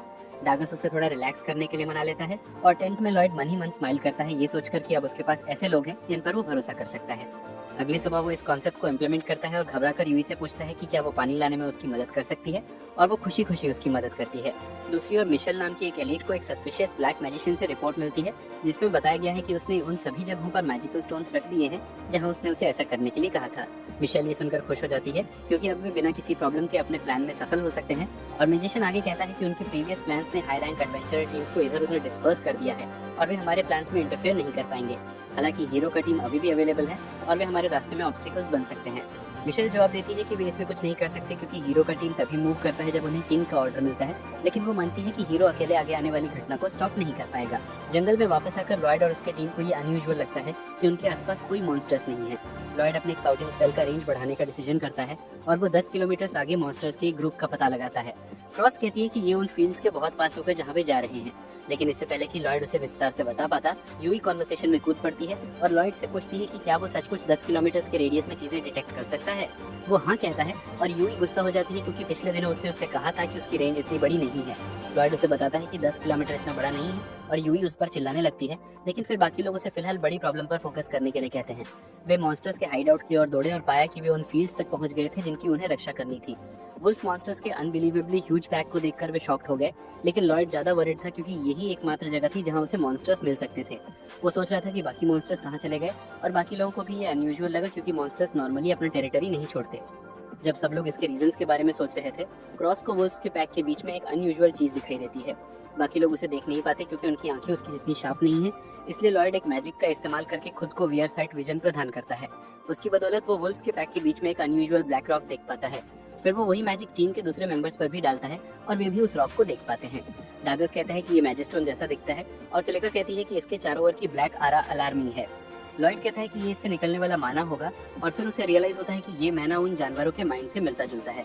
उसे याद आता है कि मर्लिन ने एक बार उसे कहा था कि एनिमल्स के पास एक स्पेशल स्पेल होता है जिससे वो मॉन्स्टर्स को कंट्रोल कर सकते हैं, और मैजिस्टोन भी यही कर रहा है। लॉयड तुरंत अपना सर्च स्पेल फिर से इस्तेमाल करता है और वो मॉन्स्टर्स का एक और ह्यूज ग्रुप अपनी ओर आते हुए दिखता है। अब उसे समझ आ गया है कि मैजिस्टोन ही उनकी सारी प्रॉब्लम्स का कारण है, लेकिन वो अभी भी इसके पीछे का रीजन नहीं समझ पा रहा है। पार्टी के मेंबर्स सोचते हैं कि उन्हें अभी भाग जाना चाहिए, लेकिन यूई मना कर देती है और कहती है कि अगर वे गए तो मॉन्स्टर्स फील्ड को डिस्ट्रॉय कर देंगे। डागस भी मानता है कि इस सिचुएशन में भागना उनके लिए आसान नहीं होगा, लेकिन सिलिका को नहीं लगता कि वे ये फाइट जीत सकते हैं। अचानक लॉयड अनाउंस करता है कि उन्हें लड़ना चाहिए और उसे पूरा कॉन्फिडेंस है कि अगर वे उसकी प्लान पर अमल करेंगे तो वे जीत सकते हैं। वो कहता है कि हमें पहले मैजिस्टोन को हटाना होगा और क्रॉस से पूछता है कि क्या वो उसे डिस्ट्रॉय कर सकती है। क्रॉस को यकीन नहीं है कि वो इतनी दूर से उसे तोड़ पाएगी, लेकिन लॉयड उसे बताता है कि जब तक वो उसे हिट कर सकती है तब तक कोई प्रॉब्लम नहीं है। क्रॉस अपना एम सेट करती है और फिर लॉयड उस पर 3 मैजिकल स्पेल्स डालता है, जिसकी बदौलत उसका एरो मैजिस्टोन को स्मैश कर देता है। क्रॉस उससे पूछती है कि उसने ये कैसे किया, और लॉयड जवाब देता है कि उसने उसे उसके बो और एरोज को एन्चेंट कर दिया, जो कि उसके जैसे किसी व्यक्ति के लिए नॉर्मल है। लेकिन बाकी सभी लोग अमेज्ड हैं क्योंकि नॉर्मल व्हाइट मैजिशियंस एक ही समय पर लोगों और हथियारों को एन्चेंट नहीं कर सकते। तभी वे वुल्फ्स को आपस में लड़ते हुए देखते हैं, क्योंकि एक बार मैजिशियन को डिस्ट्रॉय कर दिया जाए तो उनकी नेचुरल क्रुएल्टी वापस आ जाती है। लॉयड को इसी बात का भरोसा था और वो कहता है कि उसकी प्लान का पहला फेज सक्सेसफुल हो गया है, लेकिन अनफॉर्चुनेटली उनकी ओर आ रहा मॉन्स्टर्स का ग्रुप अभी तक रुका नहीं है। जल्द ही मॉन्स्टर्स का ग्रुप जंगल से बाहर आ जाता है और सिलिका उन पर अटैक करने के लिए अकेले ही दल के सामने खड़ी हो जाती है। मॉन्स्टर्स खतरनाक रूप से उसके करीब आने लगते हैं, लेकिन लॉयड उसे अटैक करने का आदेश देने के लिए लास्ट मोमेंट तक वेट करता है। वो तुरंत एक फायर व्हर्लविंड प्रोड्यूस करती है, जो उसकी ओर आने वाले सभी मॉन्स्टर्स को मिटा देता है और सभी अमेज रह जाते हैं, क्योंकि उन्होंने पहले कभी ऐसी डेडली पावर नहीं देखी थी। लॉयड सिलिका से कहता है कि वो हवा और आग के मैजिक से मॉन्स्टर्स को डिस्ट्रॉय करता रहे और फिर वो क्रॉस के पास जाता है। चूंकि सिलिका के अटैक से निकली फायर ने बहुत स्मोक पैदा कर दिया है, इसलिए फ्लाइंग मॉन्स्टर्स टेम्परेरी ब्लाइंड हो गए हैं, लेकिन वे उनसे हाइड भी हैं। लॉयड पहले टेलीपैथी के जरिए अपनी सेंसेस को क्रॉस से जोड़ता है और फिर अपनी स्काउटिंग स्किल से फ्लाइंग मॉन्स्टर्स का लोकेशन बताता है। जैसे ही क्रॉस को मॉन्स्टर्स का लोकेशन दिखाई देता है, वो बिना कोई मिस किए उन सभी को एलिमिनेट कर देती है। फिर लॉयड अपनी प्लान की फाइनल स्टेज के लिए सिलिका के पास वापस दौड़ता है, लेकिन सिलिका उसे बताती है कि उसका सारा मैना खत्म हो चुका है। लॉयड के लिए कोई प्रॉब्लम नहीं है, क्योंकि वो एक वॉकिंग पावर बैंक बन जाता है और अपना माइंड उसके साथ शेयर करता है। वो गिर पड़ता है क्योंकि उसने उसे अचानक बहुत ज्यादा मैना दे दिया था, लेकिन वो सिलिका से कहता है कि वो उसकी चिंता मत करो और रेन समन करने के लिए मैजिक यूज करो। सिलिका उसके कहने पर करती है और बारिश जंगल की आग को तुरंत एक्सटिंग्विश कर देती है, जिससे ये उनके कंट्रोल से बाहर नहीं फैलती है। हालांकि इससे उसका भी माइंड खत्म हो जाता है और वो ग्राउंड पर गिर जाती है, लेकिन डगास उसे पकड़ लेता है। यूई उससे कहती है कि उसने बहुत अच्छा किया और अब वे और डगास रिमेनिंग को संभाल लेंगे। जब वे बैटलफील्ड में रिमेनिंग मॉन्स्टर्स को खोजने के लिए आगे बढ़ते हैं, सिलिका और लॉयड रिलैक्स करते हैं। लॉयड अचानक ग्राउंड पर गिर पड़ता है और कहता है कि उसे और ज्यादा एफर्ट करनी होगी, क्योंकि उसे बस इतना सा काम करके टायर्ड नहीं होना चाहिए। इसके तुरंत बाद यूई और बाकी लोग रिमेनिंग मॉन्स्टर से निपटते हैं, लेकिन जब वे लॉयड का हाल जानने के लिए लौटते हैं तो लॉयड उन्हें बताता है कि उन्हें पास के सिटी जाना होगा, क्योंकि उसकी इंट्यूशन उसे बताती है कि ये जगह बस एक इल्यूजन थी और असली टारगेट स्टार सिटी है। ये सुनकर सभी शॉक्ड हो जाते हैं और लॉयड अपने स्टोरेज डायमेंशन से माना पोशन का एक बास्केट निकालता है। वो पोशन सिप करते हुए समझाता है कि ये पूरा मिशन इश्तार की सिक्योरिटी को वीकन करने के लिए हाई रैंकिंग एडवेंचरर्स को वहाँ से बाहर निकालने का ट्रैप था। मिक्रॉस कहती है कि इश्तार के पास हीरोज पार्टी के साथ साथ नाइट ऑर्डर भी है, इसलिए उसकी सिक्योरिटी को वीकन करना आसान नहीं है। हालांकि डगास को लगता है कि लॉयड की थ्योरी सही है। यूई किसी भी सिचुएशन से निपटने के लिए तुरंत इश्तार वापस जाने का डिसीजन लेती है और लॉयड जैसे ही अपना माना पोशन खत्म करता है, वो पूरी पार्टी पर एक बफ डालता है। फिर वो यूई से कहता है कि उन्हें इमीडिएटली मूव करना चाहिए और सिटी की ओर दौड़ना शुरू कर देता है। उसकी हाई स्पीड देखकर सभी अमेज रह जाते हैं, लेकिन जैसे ही यूई उसे पकड़ने की कोशिश करती है, उसे पता चलता है कि वो भी उसकी करंट स्पीड से तेज दौड़ सकती है। बाकी लोग उसका पीछा करते हैं और जब लॉयड उन्हें बताता है कि उसने उनकी स्पीड बढ़ा दी है ताकि वो सिटी जल्दी पहुंच जाएं, तो उन्हें कोई सरप्राइज नहीं होता है। इसी बीच मिशेल अपनी मैंशन में कुछ पेपर वर्क कर रही होती है, तभी अचानक डीमन जनरल ग्रिस्ट वहाँ अपीयर हो जाता है और उसे बताता है कि उसकी आर्मी एक्शन के लिए रेडी है। मिशेल ये सुनकर खुश होती है और दोनों डिस्कस करते हैं कि बिना किसी की नोटिस हुए इश्तार सिटी में आर्मी भेजना उनके लिए कितना आसान था। ये सब उन्होंने एक डिमोनिक गर्ल को किडनैप करके अचीव किया था। मिशेल कहती है कि वे भविष्य में भी उसकी पावर्स का इस्तेमाल अपने एडवांटेज के लिए करेंगी और ग्रिस्ट ये मैटर उस पर छोड़ देता है। दूसरी ओर लॉयड और अन्य इश्तार की ओर दौड़ रहे हैं और वे अपनी ब्रेथ कंट्रोल करने के लिए थोड़ी पॉज लेते हैं। उन्हें कॉन्फिडेंस है कि इस स्पीड से वे जल्दी ही इश्तार पहुंच जाएंगे, लेकिन सिलिका को कंसर्न है कि शायद लॉयड टायर्ड हो गया होगा, क्योंकि मैजिक को मेंटेन करना वाकई में डिफिकल्ट है।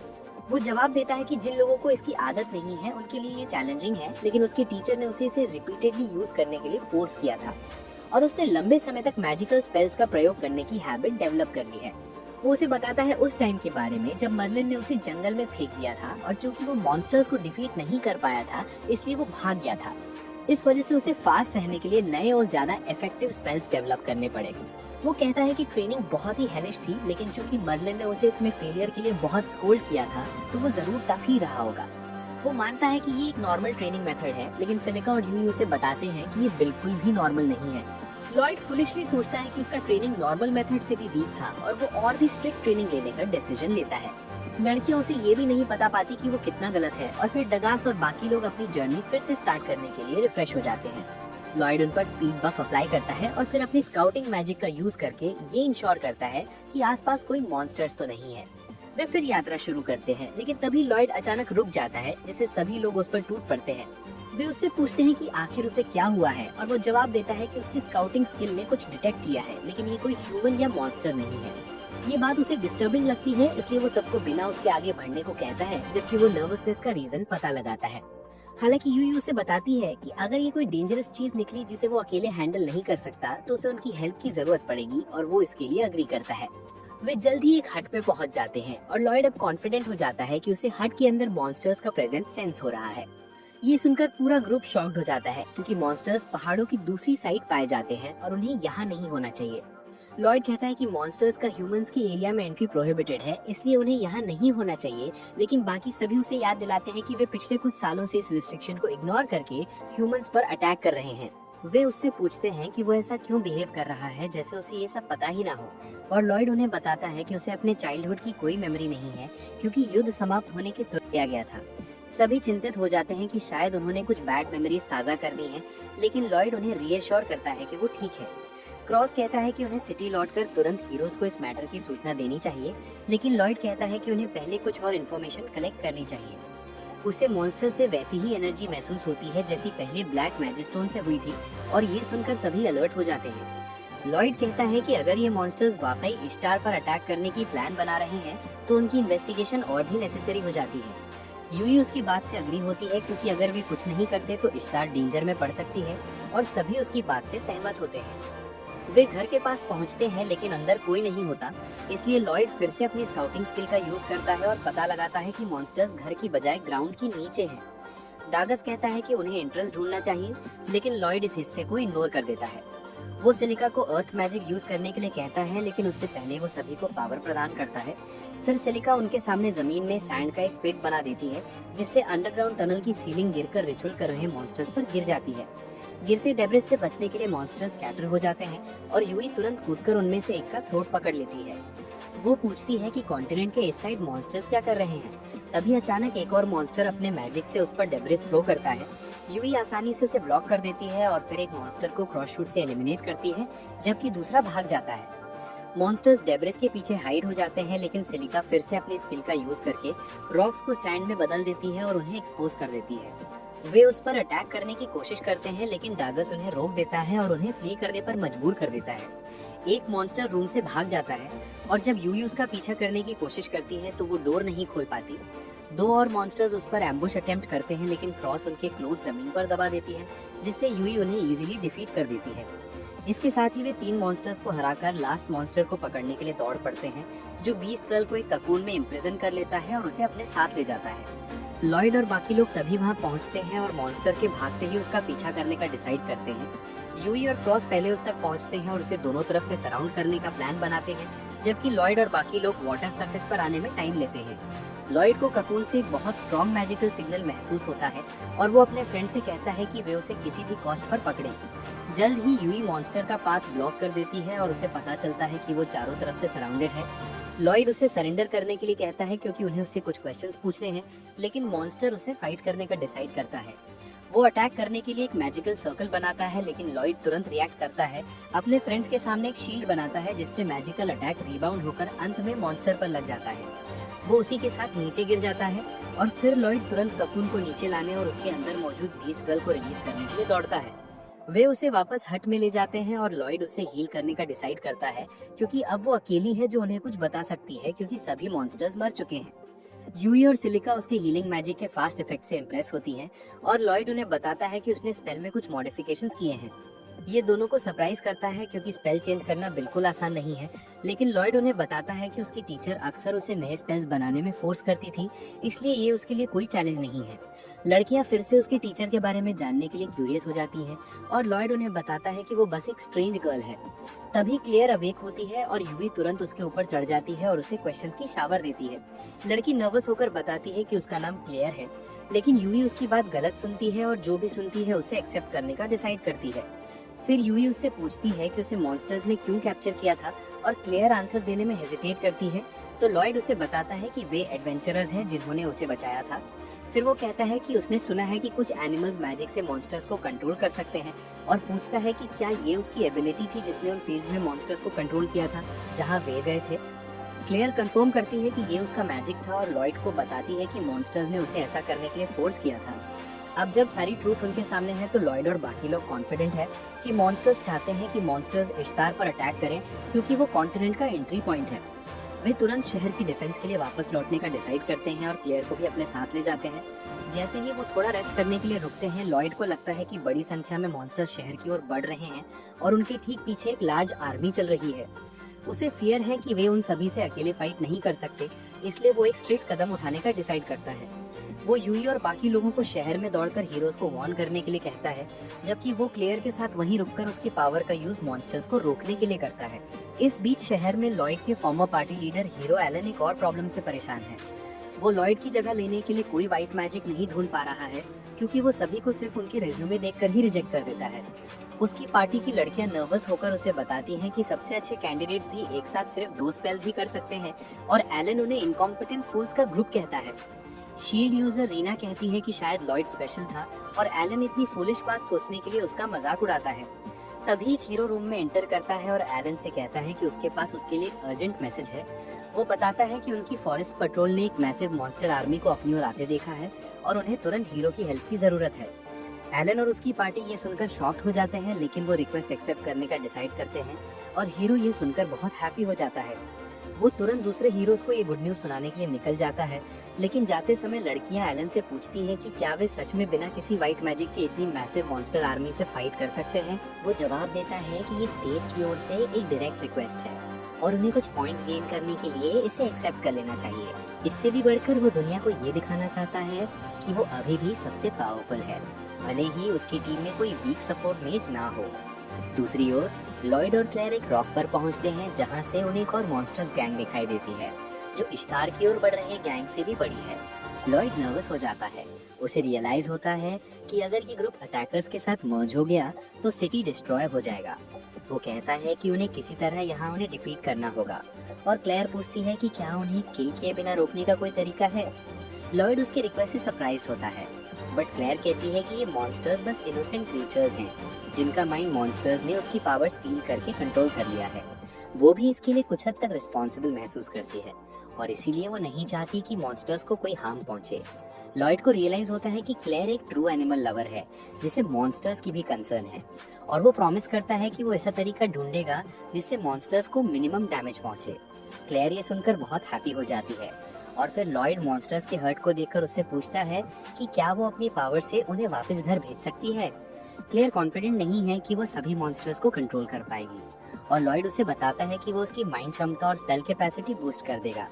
क्लेयर ट्राई करने का डिसाइड करती है और आगे बढ़ती है।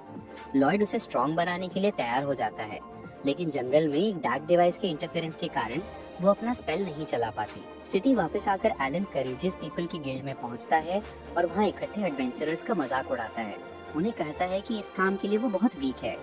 एडवेंचरर्स इससे अपसेट हो जाते हैं और फिर एलन की लड़कियां उसे बताती हैं कि ए रैंक और उससे ऊपर की सभी पार्टी सिटी से बाहर है। वो उनका और भी मजाक उड़ाता है और एक लड़का फाइट करने को रेडी हो जाता है। उसका फ्रेंड उसे रोकता है क्योंकि उन्हें हीरो से नहीं लड़ना चाहिए और लकीली सिचुएशन बिगड़ने से पहले ही गिल्ड मास्टर अराइव हो जाता है। वो कहता है कि वे यहाँ मॉन्स्टर से फाइट करने आए हैं, एक दूसरे से नहीं, और एलन अपनी स्ट्रैटेजी बताते हुए खड़ा होता है। वो कहता है कि उनके मेजर्स ज्यादा से ज्यादा मॉन्स्टर्स को एलिमिनेट करने के लिए अपने मोस्ट पावरफुल स्पेल्स का यूज करके बैटल स्टार्ट करेंगे और उसके बाद वो हीरोज और अदर वॉरियर्स को लीड करते हुए मॉन्स्टर्स को स्टॉप करेगा, जबकि मेजर्स अपना मैना रिचार्ज कर लेंगे। एलन को लगता है कि उसकी ब्रिलियंट स्ट्रैटेजी से ह्यूज नंबर ऑफ मॉन्स्टर्स कोई प्रॉब्लम नहीं बनेंगे, बट अदर एडवेंचरर्स सोच रहे हैं कि क्या उसे चाइल्डहुड में ही नेग्लेक्ट किया गया था। एलन उनकी डिससैटिस्फैक्शन सेंस करता है और पूछता है कि क्या वे कुछ कहना चाहते हैं। एक मेज नर्वसली कहता है कि उनके पास इतनी पावर नहीं है कि वो एक ही स्ट्राइक में ह्यूज मॉन्स्टर्स को एलिमिनेट कर सकें, और बाकी लोग भी इस बात से अग्री करते हैं और कहते हैं कि एक मॉन्स्टर को डिफीट करना भी बहुत बड़ा टास्क है। एलन उन पर शाउट करता है और कहता है कि उन्हें कम से कम इतना तो करना ही चाहिए, लेकिन तभी उसके पार्टी की मेज कहती है कि उसे भी इतना कॉन्फिडेंस नहीं है। वो दावा करती है कि उसके स्पेल्स की पावर रिसेंटली कम होती जा रही है और वो पहले जैसी स्ट्रॉन्ग अटैक्स नहीं कर सकती है। एलन उस पर शाउट करता है और पूछता है कि उसने इतने टाइम तक ये बात क्यों छुपाई, और लड़की स्कैर्ड होकर कहती है कि वो अकेली नहीं है, क्योंकि पार्टी के बाकी सभी ने भी लॉयड के एब्सेंस के बाद से अपनी परफॉर्मेंस में एक डिक्लाइन महसूस किया है। ये सुनकर एलन लूज कंट्रोल कर देता है और पूछता है कि इतने लंबे समय तक साइलेंट रहकर उसने उसे क्यों डिसीव किया, और रीना उसे बताती है कि उसने उसे डिसीव नहीं किया, बस उसे पता ही नहीं चला क्योंकि वो हीरो बनने के बाद से केयरलेस हो गया है। वो कहती है कि उसने जरा भी ट्रेनिंग नहीं की है, इसीलिए ये और भी पिटीफुल है कि उसने अपनी स्ट्रेंथ में कोई डिफरेंस नहीं देखा। क्राउड ये जानकर सरप्राइज हो जाती है कि एलन प्रैक्टिस नहीं कर रहा है और वो रीना को उसकी पोल खुलने के लिए ब्लेम करता है। वो उसे पंच मारने की कोशिश करता है, लेकिन वो इजीली उसकी डिस्गस्टिंग अटैक को ब्लॉक कर देती है, जिससे सबके सामने उसकी ऑरा और भी लो हो जाती है। वो एम्बैरेसमेंट से भाग जाता है और उसकी लड़कियां उसका पीछा करती हैं, लेकिन रीना पीछे रह जाती है। बाकी एडवेंचरर्स नर्वस हो जाते हैं क्योंकि जब हीरो इतना वीक होता है तो वे मॉन्स्टर से जीत नहीं सकते, लेकिन रीना उन्हें काम रहने के लिए कहती है क्योंकि वो कमांड संभाल लेगी। वो एलन की पार्टी छोड़ने का इंटेंशन जाहिर करती है क्योंकि अब वो हीरो कहलाने लायक नहीं रहा और वो उन सबके साथ मिलकर फाइट करेगी। ये सुनकर सभी को रिलीफ मिलता है और रीना कहती है कि उनके बचने का बेस्ट चांस लॉयड नाम का व्हाइट मेज को ढूंढना है। इस बीच लॉयड और क्लेयर को एक ब्लैक मेज मिलता है जो उसके मैजिक को ब्लॉक कर रहा है। लॉयड उसे बताता है कि उन्हें ये मैजिस्टोन किसी और जगह पर भी मिला है और यही मॉन्स्टर है। वो कहता है कि उन्हें इसे डिस्ट्रॉय करना होगा और क्लेयर कहती है कि आसपास कई मैजिस्टोन होने चाहिए क्योंकि क्राउड इतनी बड़ी है कि उसे एक अकेले से कंट्रोल नहीं किया जा सकता। लॉयड उससे पूछता है कि क्या वो मैजिस्टोन का लोकेशन फाइंड कर सकती है। वो जवाब देती है कि वो ऐसा तभी कर सकती है जब वो उनके पास हो। लॉयड के लिए इतना ही इनफ है और वो अपने स्काउटिंग मैजिक और सेंस शेयरिंग स्पेल कॉम्बिनेशन का यूज करके अन्य मैजिस्टोन का लोकेशन क्विकली डिटेक्ट कर लेता है। क्लेयर को अब ये समझ भी नहीं आता कि वो अचानक उन पर एक इनविजिबिलिटी स्पेल डाल देता है ताकि वो मॉन्स्टर्स की विजन से बचकर मैजिस्टोन के पास पहुंच सके। क्लेयर को इस समय लॉयड की कैपेबिलिटीज पर डाउट होने लगता है, बट वो उसके पीछे मैजिस्टोन तक जाती है और अपनी पावर से उसे न्यूट्रलाइज कर देती है। जैसे ही वो ऐसा करती है, मॉन्स्टर्स उसके कंट्रोल से फ्री हो जाते हैं और उस एरिया से चले जाते हैं। दूसरी ओर एडवेंचरर्स और हीरो सिटी की बाउंड्री पर मॉन्स्टर्स का सामना करने के लिए रेडी हैं, लेकिन हीरोज का कैप्टन उनके प्लान को लेकर कंसर्न्ड है। दूसरी ओर एडवेंचरर्स का लीडर रीना की बातों पर विश्वास करने का डिसाइड करता है और लॉयड के हाथों में अपना ट्रस्ट सौंप देता है। इससे पहले रीना ने एडवेंचरर्स को बताया था कि कैसे लॉयड एक व्हाइट मेज होने के बावजूद हीरो की पार्टी का सीक्रेट एमवीपी था। एडवेंचरर्स को इस पर विश्वास नहीं हुआ, लेकिन गिल्ड मास्टर को विश्वास हो गया और उसने रीना को बताया कि इस बार उन्हें लॉयड की हेल्प नहीं मिलेगी क्योंकि वो स्काउटिंग मिशन पर सिटी से बाहर गया है और उसे रिटर्न करने में 1 वीक लगेगा। रीना ये सुनकर शॉक हो गई, लेकिन उसने तुरंत एंटिसिपेट किया कि लॉयड ट्रैवल ड्यूरेशन कम कर सकता है। उसने सभी से लॉयड के लौटने पर अपनी जान की बाजी लगाने को कहा और चूंकि वे पहले ही ये डिसीजन ले चुके थे, इसलिए गिल्ड मास्टर को कोई चिंता करने की जरूरत नहीं दिखती। तभी मॉन्स्टर्स का हर्ड उनके पास आता है और रीना आर्चर्स और मेजेस को अटैक स्टार्ट करने का ऑर्डर देती है। अटैक से मॉन्स्टर्स का ग्रुप वीकेंड हो जाता है और जैसे ही वे खाइयों में जंप करते हैं, तेज वाटर करंट्स उन्हें बहा ले जाती हैं, जिससे लॉयड और उसके स्क्वाड को लौटने के लिए एक्स्ट्रा टाइम मिल जाता है। जल्द ही हीरोज आ जाते हैं और यूई का ग्रुप आराम करता है। उम्मीद करते हैं कि जल्द से जल्द इश्तार पहुंचकर लॉयड की हेल्प कर सके। इसी बीच लॉयड और क्लेयर भी लास्ट मैजिस्टोन तक पहुंच जाते हैं और उसे न्यूट्रलाइज कर देते हैं। वे खुश हैं कि अब सभी मॉन्स्टर्स फ्री हैं, लेकिन जैसे ही वे रिलीज होते हैं, पैंथर्स और वोल्व्स आपस में लड़ने लगते हैं। वे मैजिस्टोन को गिरा देते हैं, जिससे क्लेयर को चोट लगती है और उसकी इनविजिबिलिटी ब्रेक हो जाती है। मॉन्स्टर्स तुरंत उसकी ओर ध्यान देते हैं और वो नर्वस हो जाती है, लेकिन लॉयड जल्दी से दूसरी तरफ मूव करता है और उनका ध्यान डिस्ट्रैक्ट करने के लिए कुछ फायर क्रैकर्स चलाता है। दूसरी ओर रीना और अन्य अभी भी मॉन्स्टर्स को होल्ड कर रहे हैं।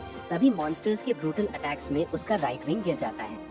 इससे भी बुरी बात ये है कि और भी मॉन्स्टर्स उनकी ओर एडवांस कर रहे हैं और जैसे ही सब होपलेस होने वाले होते हैं, एक पावरफुल फायर स्पेल मॉन्स्टर्स को डिफीट कर देता है। यूई और उसकी एस रैंक टीम को बैटल में ज्वाइन होते देखकर सभी हैप्पी हो जाते हैं, क्योंकि इसका मतलब है कि लॉयड भी उनके पास है। इसी बीच लॉयड मॉन्स्टर्स की 2 टीम्स के साथ टैग प्ले कर रहा है, जो उसे कैच करने की कोशिश कर रही है।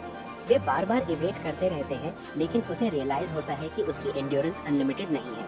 क्लेयर भी देखती है कि वो बस इवेट कर रहा है और मॉन्स्टर्स पर अटैक नहीं कर रहा, और उसे लगता है कि ऐसा इसलिए है क्योंकि उसने उसे मॉन्स्टर्स को हार्म न पहुंचाने के लिए कहा था। वे उसकी हेल्प करने का डिसाइड करती है क्योंकि वो नर्वस हो जाता है और एक सॉन्ग गाने लगती है। उसका सॉन्ग सुनकर मॉन्स्टर्स अचानक अपना अटैक स्टॉप कर देते हैं और साइलेंटली जंगल में वापस चले जाते हैं। लॉयड इससे बहुत इम्प्रेस होता है। वे क्लेयर से पूछता है कि उसने मॉन्स्टर्स को कैसे कंट्रोल किया और वे बताती है कि उसकी पावर उन्हें कंट्रोल नहीं करती। वे बस अपनी इमोशंस उन तक पहुंचाती है और उन्हें घर जाने के लिए कहती है। लॉयड उसकी लाइफ बचाने के लिए धन्यवाद करता है और कहता है कि उन्हें अब इश्तार लौट जाना चाहिए, जहां यूई के स्क्वाड ने डिफेंस फोर्सेस को नई होप दी है। हालांकि उनकी हेल्प के बावजूद मॉन्स्टर्स जल्दी ही ह्यूमंस पर डोमिनेट कर जाते हैं। बैटल के दौरान रीना भी इंजर्ड हो जाती है और उसके तुरंत बाद मॉन्स्टर्स पूरी डिफेंस स्ट्रक्चर को डिस्ट्रॉय कर देते हैं। सभी होपलेस हो जाते हैं, लेकिन तभी उन्हें क्लेयर का मधुर सॉन्ग सुनाई देता है, जो लॉयड के सपोर्ट मैजिक की मदद से पूरी वॉल्यूम में बज रहा है। उसका मैजिक अचानक मॉन्स्टर्स को काम कर देता है और वे बिना किसी ह्यूमन या अन्य मॉन्स्टर्स को हार्म किए घर लौट जाते हैं। ये देखकर सभी अमेज हो जाते हैं और लॉयड क्लेयर से बताता है कि उसके अमेजिंग मैजिक ने यहाँ कई लाइव्स बचाई हैं। हालांकि बैटल अभी खत्म नहीं हुई है, क्योंकि जायंट रॉक गोलम्स का एक ग्रुप सिटी की ओर एडवांस कर रहा है और लॉयड उन्हें किसी भी प्राइस पर रोकने का डिसाइड करता है। दूसरी ओर मॉन्स्टर्स के अटैक का मास्टरमाइंड मिशेल शराब की सिप लेते हुए सोच रही है कि शायद अब तक इश्तार डिस्ट्रॉय हो चुका होगा।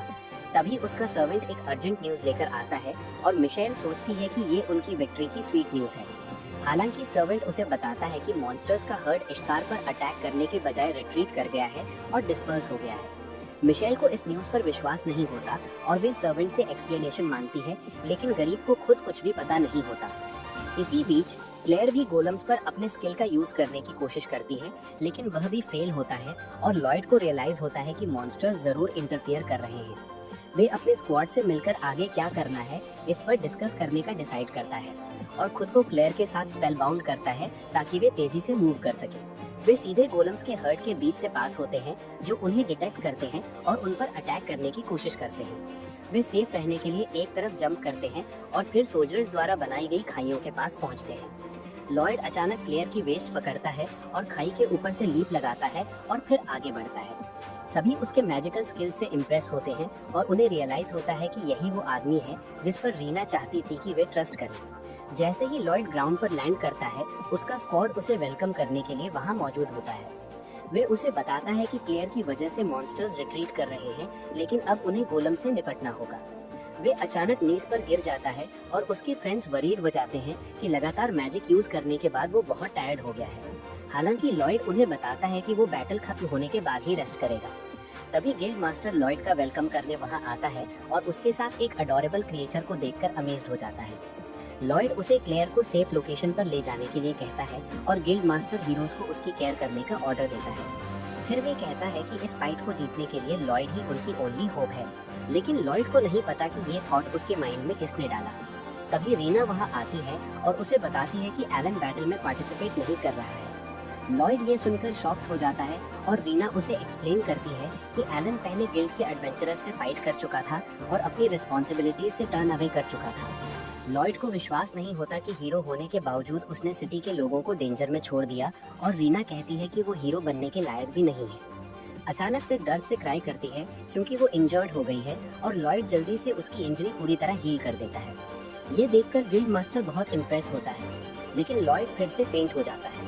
रीना उसे अपने हाथों से उठाकर खड़ा करती है और बताती है कि जब तक वे उसके स्क्वाड में था तब तक वे इनविंसिबल फील करते थे, लेकिन उसके एब्सेंस में उन्हें रियलाइज हुआ कि वे सिर्फ स्लाइटली अबव एवरेज है। वे कहती है कि उसे पहले ही समझ जाना चाहिए था और दूसरों को उसे बाहर निकालने से रोक देना चाहिए था, लेकिन लॉयड को नहीं लगता कि वो कोई स्पेशल है। लकी होकर उसके पास अपनी वीकनेस एडमिट करने का टाइम नहीं है, क्योंकि गोलम्स उसी समय फ्रंट लाइन में पहुंच जाते हैं। सभी रेडी हो जाते हैं और सीधा गोलम्स पर अटैक करने का डिसाइड करते हैं, लेकिन लॉयड उन्हें शाउट करता है कि वे पीछे रहें क्योंकि गोलम्स कोई ऑर्डिनरी क्रिएचर्स नहीं है। हालांकि वे बहुत लेट पहुंचते हैं और हीरोज को रियलाइज होता है कि गोलम्स स्पेल बाउंड हैं क्योंकि उनकी स्वॉर्ड्स उन पर स्ट्राइक करती है। गोलम्स हीरोज को दूर फेंक देते हैं और रीना तुरंत बैटलफील्ड का कमांड संभाल लेती है। वे मेजर्स और आर्चर्स को दूर से गोलम्स पर अटैक करने का ऑर्डर देती है, लेकिन उनके अटैक्स कोई डैमेज नहीं पहुंचाते। गोलम्स सोल्जर्स को पुश करते हुए खाई क्रॉस करते हैं और सभी पैनिक हो जाते हैं। लॉयड सभी पर बफ डालने का डिसाइड करता है, लेकिन उसके फ्रेंड्स उसे बताते हैं कि ये उसके लिए बहुत ज्यादा हो सकता है। लॉयड कहता है कि वो हैंडल कर सकता है और सभी पर उनकी जरूरत के अनुसार 2 मैजिक स्पेल्स अप्लाई करता है। हालांकि इससे वो और भी एग्जॉस्ट हो जाता है और उसे लगता है कि मैजिकल इफेक्ट ज्यादा देर तक नहीं रहेगा। वे अपने फ्रेंड से जल्दी से बैटल फिनिश करने को कहता है और यूई तुरंत स्कैफोल्ड पर चढ़कर सबको लॉयड के द्वारा उनके ऊपर डाले गए इनक्रेडिबल बफ्स के बारे में बताती है। वे कहती है कि अब वे ये फाइट आसानी से जीत सकते हैं, लेकिन हीरोज को उसकी बात पर विश्वास करना मुश्किल लगता है। तभी एक गोलम उन पर अटैक करता है और वे नर्वस हो जाते हैं, लेकिन रीना आकर उनकी लाइफ सेव कर लेती है। उसके पीछे पीछे यूई भी गोलम पर अटैक करके उसे डिस्ट्रॉय कर देती है। रीना इसका यूज लॉयड की मैजिक की पावर शोकेस करने के लिए करती है और सबको बताती है कि वे अब बहुत पावरफुल हैं। सभी तुरंत इसका कंफर्म कर देते हैं और उनका कॉन्फिडेंस स्काई हाई हो जाता है। लॉयड अपने फ्रेंड्स से सबका साथ देने के लिए कहता है, लेकिन वे अब बहुत वीक फील कर रहे हैं और गिल्ड मास्टर उसे रेस्ट करने के लिए एक सेफ स्पॉट ले जाता है।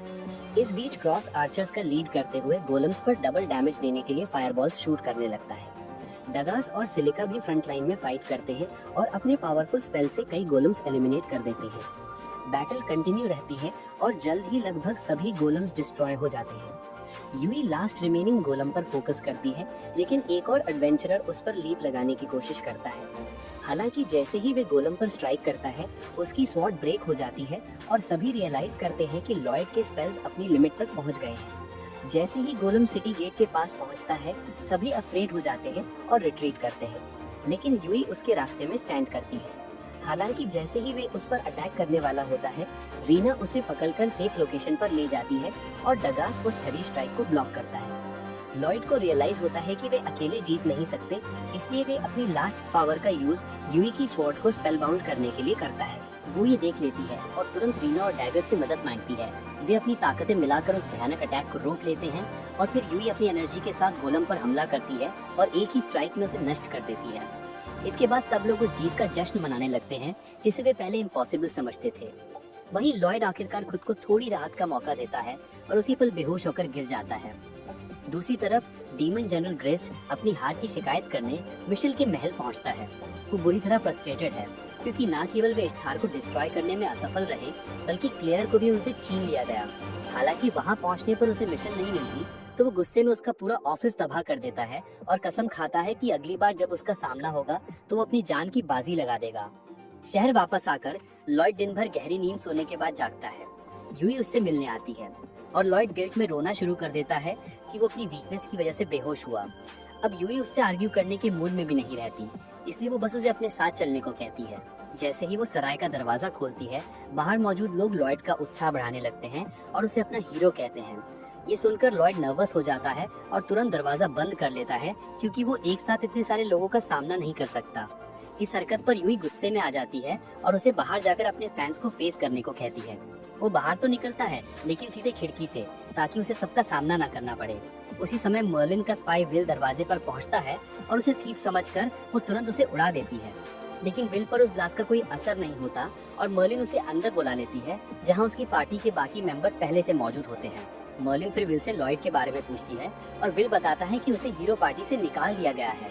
ये सुनकर वो शॉक में आ जाती है, लेकिन विल समझाता है कि ये एक्चुअली अच्छी बात है, क्योंकि उसकी नई पार्टी उसके साथ ज्यादा अच्छा बिहेवियर करती है।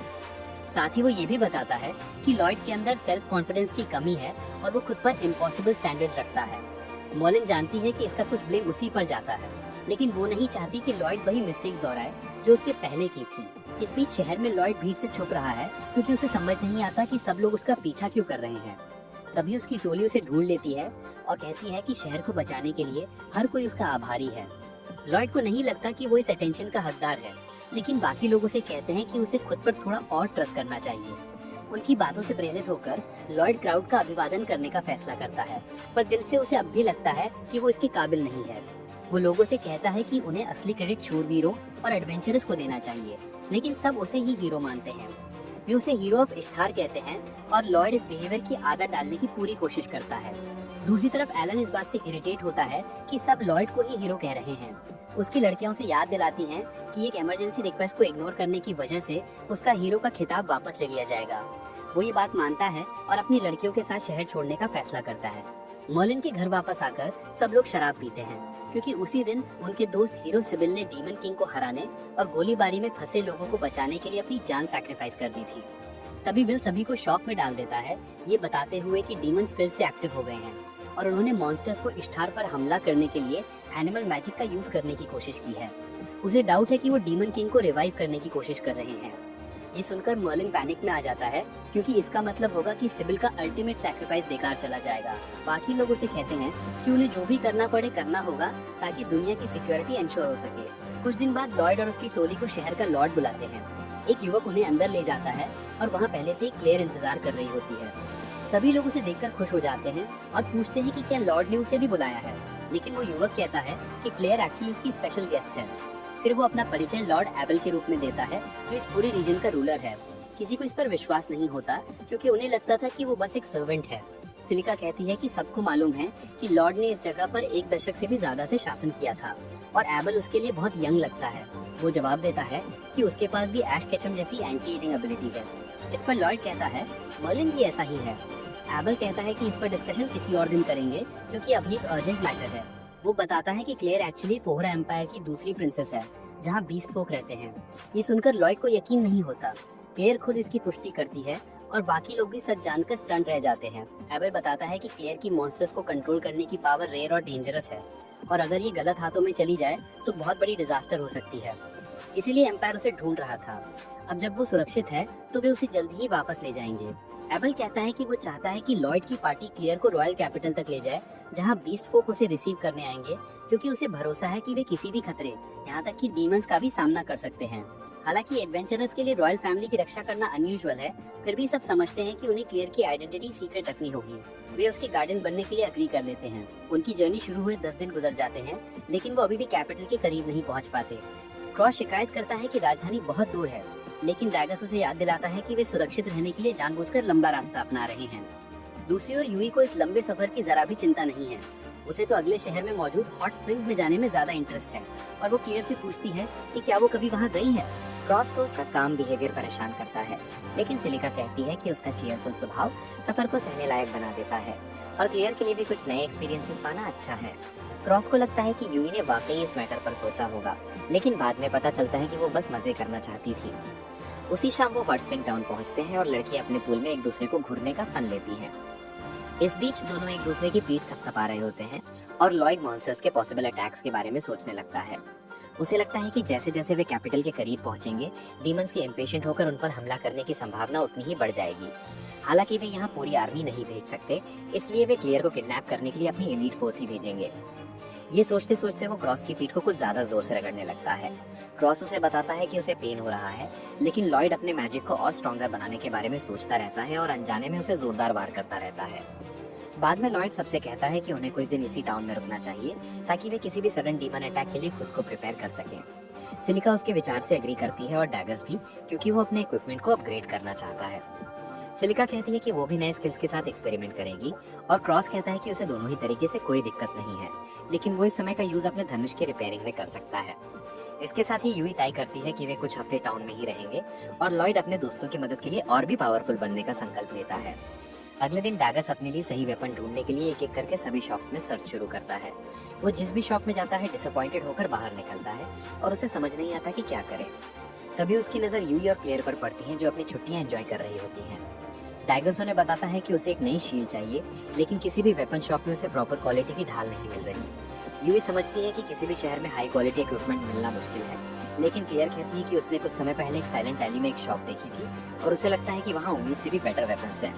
डैगस उस पर ट्रस्ट करता है और उसके बताए शॉप पर जाकर देखता है। उसे वहाँ कोई नहीं मिलता, लेकिन फिर वो डिस्प्ले पर रखे वेपन्स को देखने लगता है। उसे लगता है कि वे एक्सीलेंट क्वालिटी के हैं। तभी शॉप का ओनर वहाँ आ जाता है। वो बहुत रूड और गुस्से में लगता है और डैगस से पूछता है कि उसे आखिर चाहिए क्या। फिर वो उससे पूछता है कि क्या वो भी उन ट्रबल मेकर्स के साथ है, और डैगर्स घबराकर जवाब देता है कि वो बस कुछ शील्ड्स देख रहा है। बूढ़ा आदमी उसे बेफिक्र रहने को कहता है, लेकिन डैगर सब उलझन में है कि आखिर चल क्या रहा है। थोड़ी देर बाद वो और भी कंफ्यूज हो जाता है क्योंकि वहाँ हर वेपन हाई क्वालिटी का है, लेकिन कोई कस्टमर नहीं है। तभी एडवेंचरर्स का एक ग्रुप वहाँ पहुँचता है और डैगर्स को देखकर शॉक हो जाता है। उनकी लीडर कैरन उससे पूछती है कि वो वेपन्स खरीदने आया है, और जब डैगर्स हाँ कहता है तो सब उस पर हंसने लगते हैं।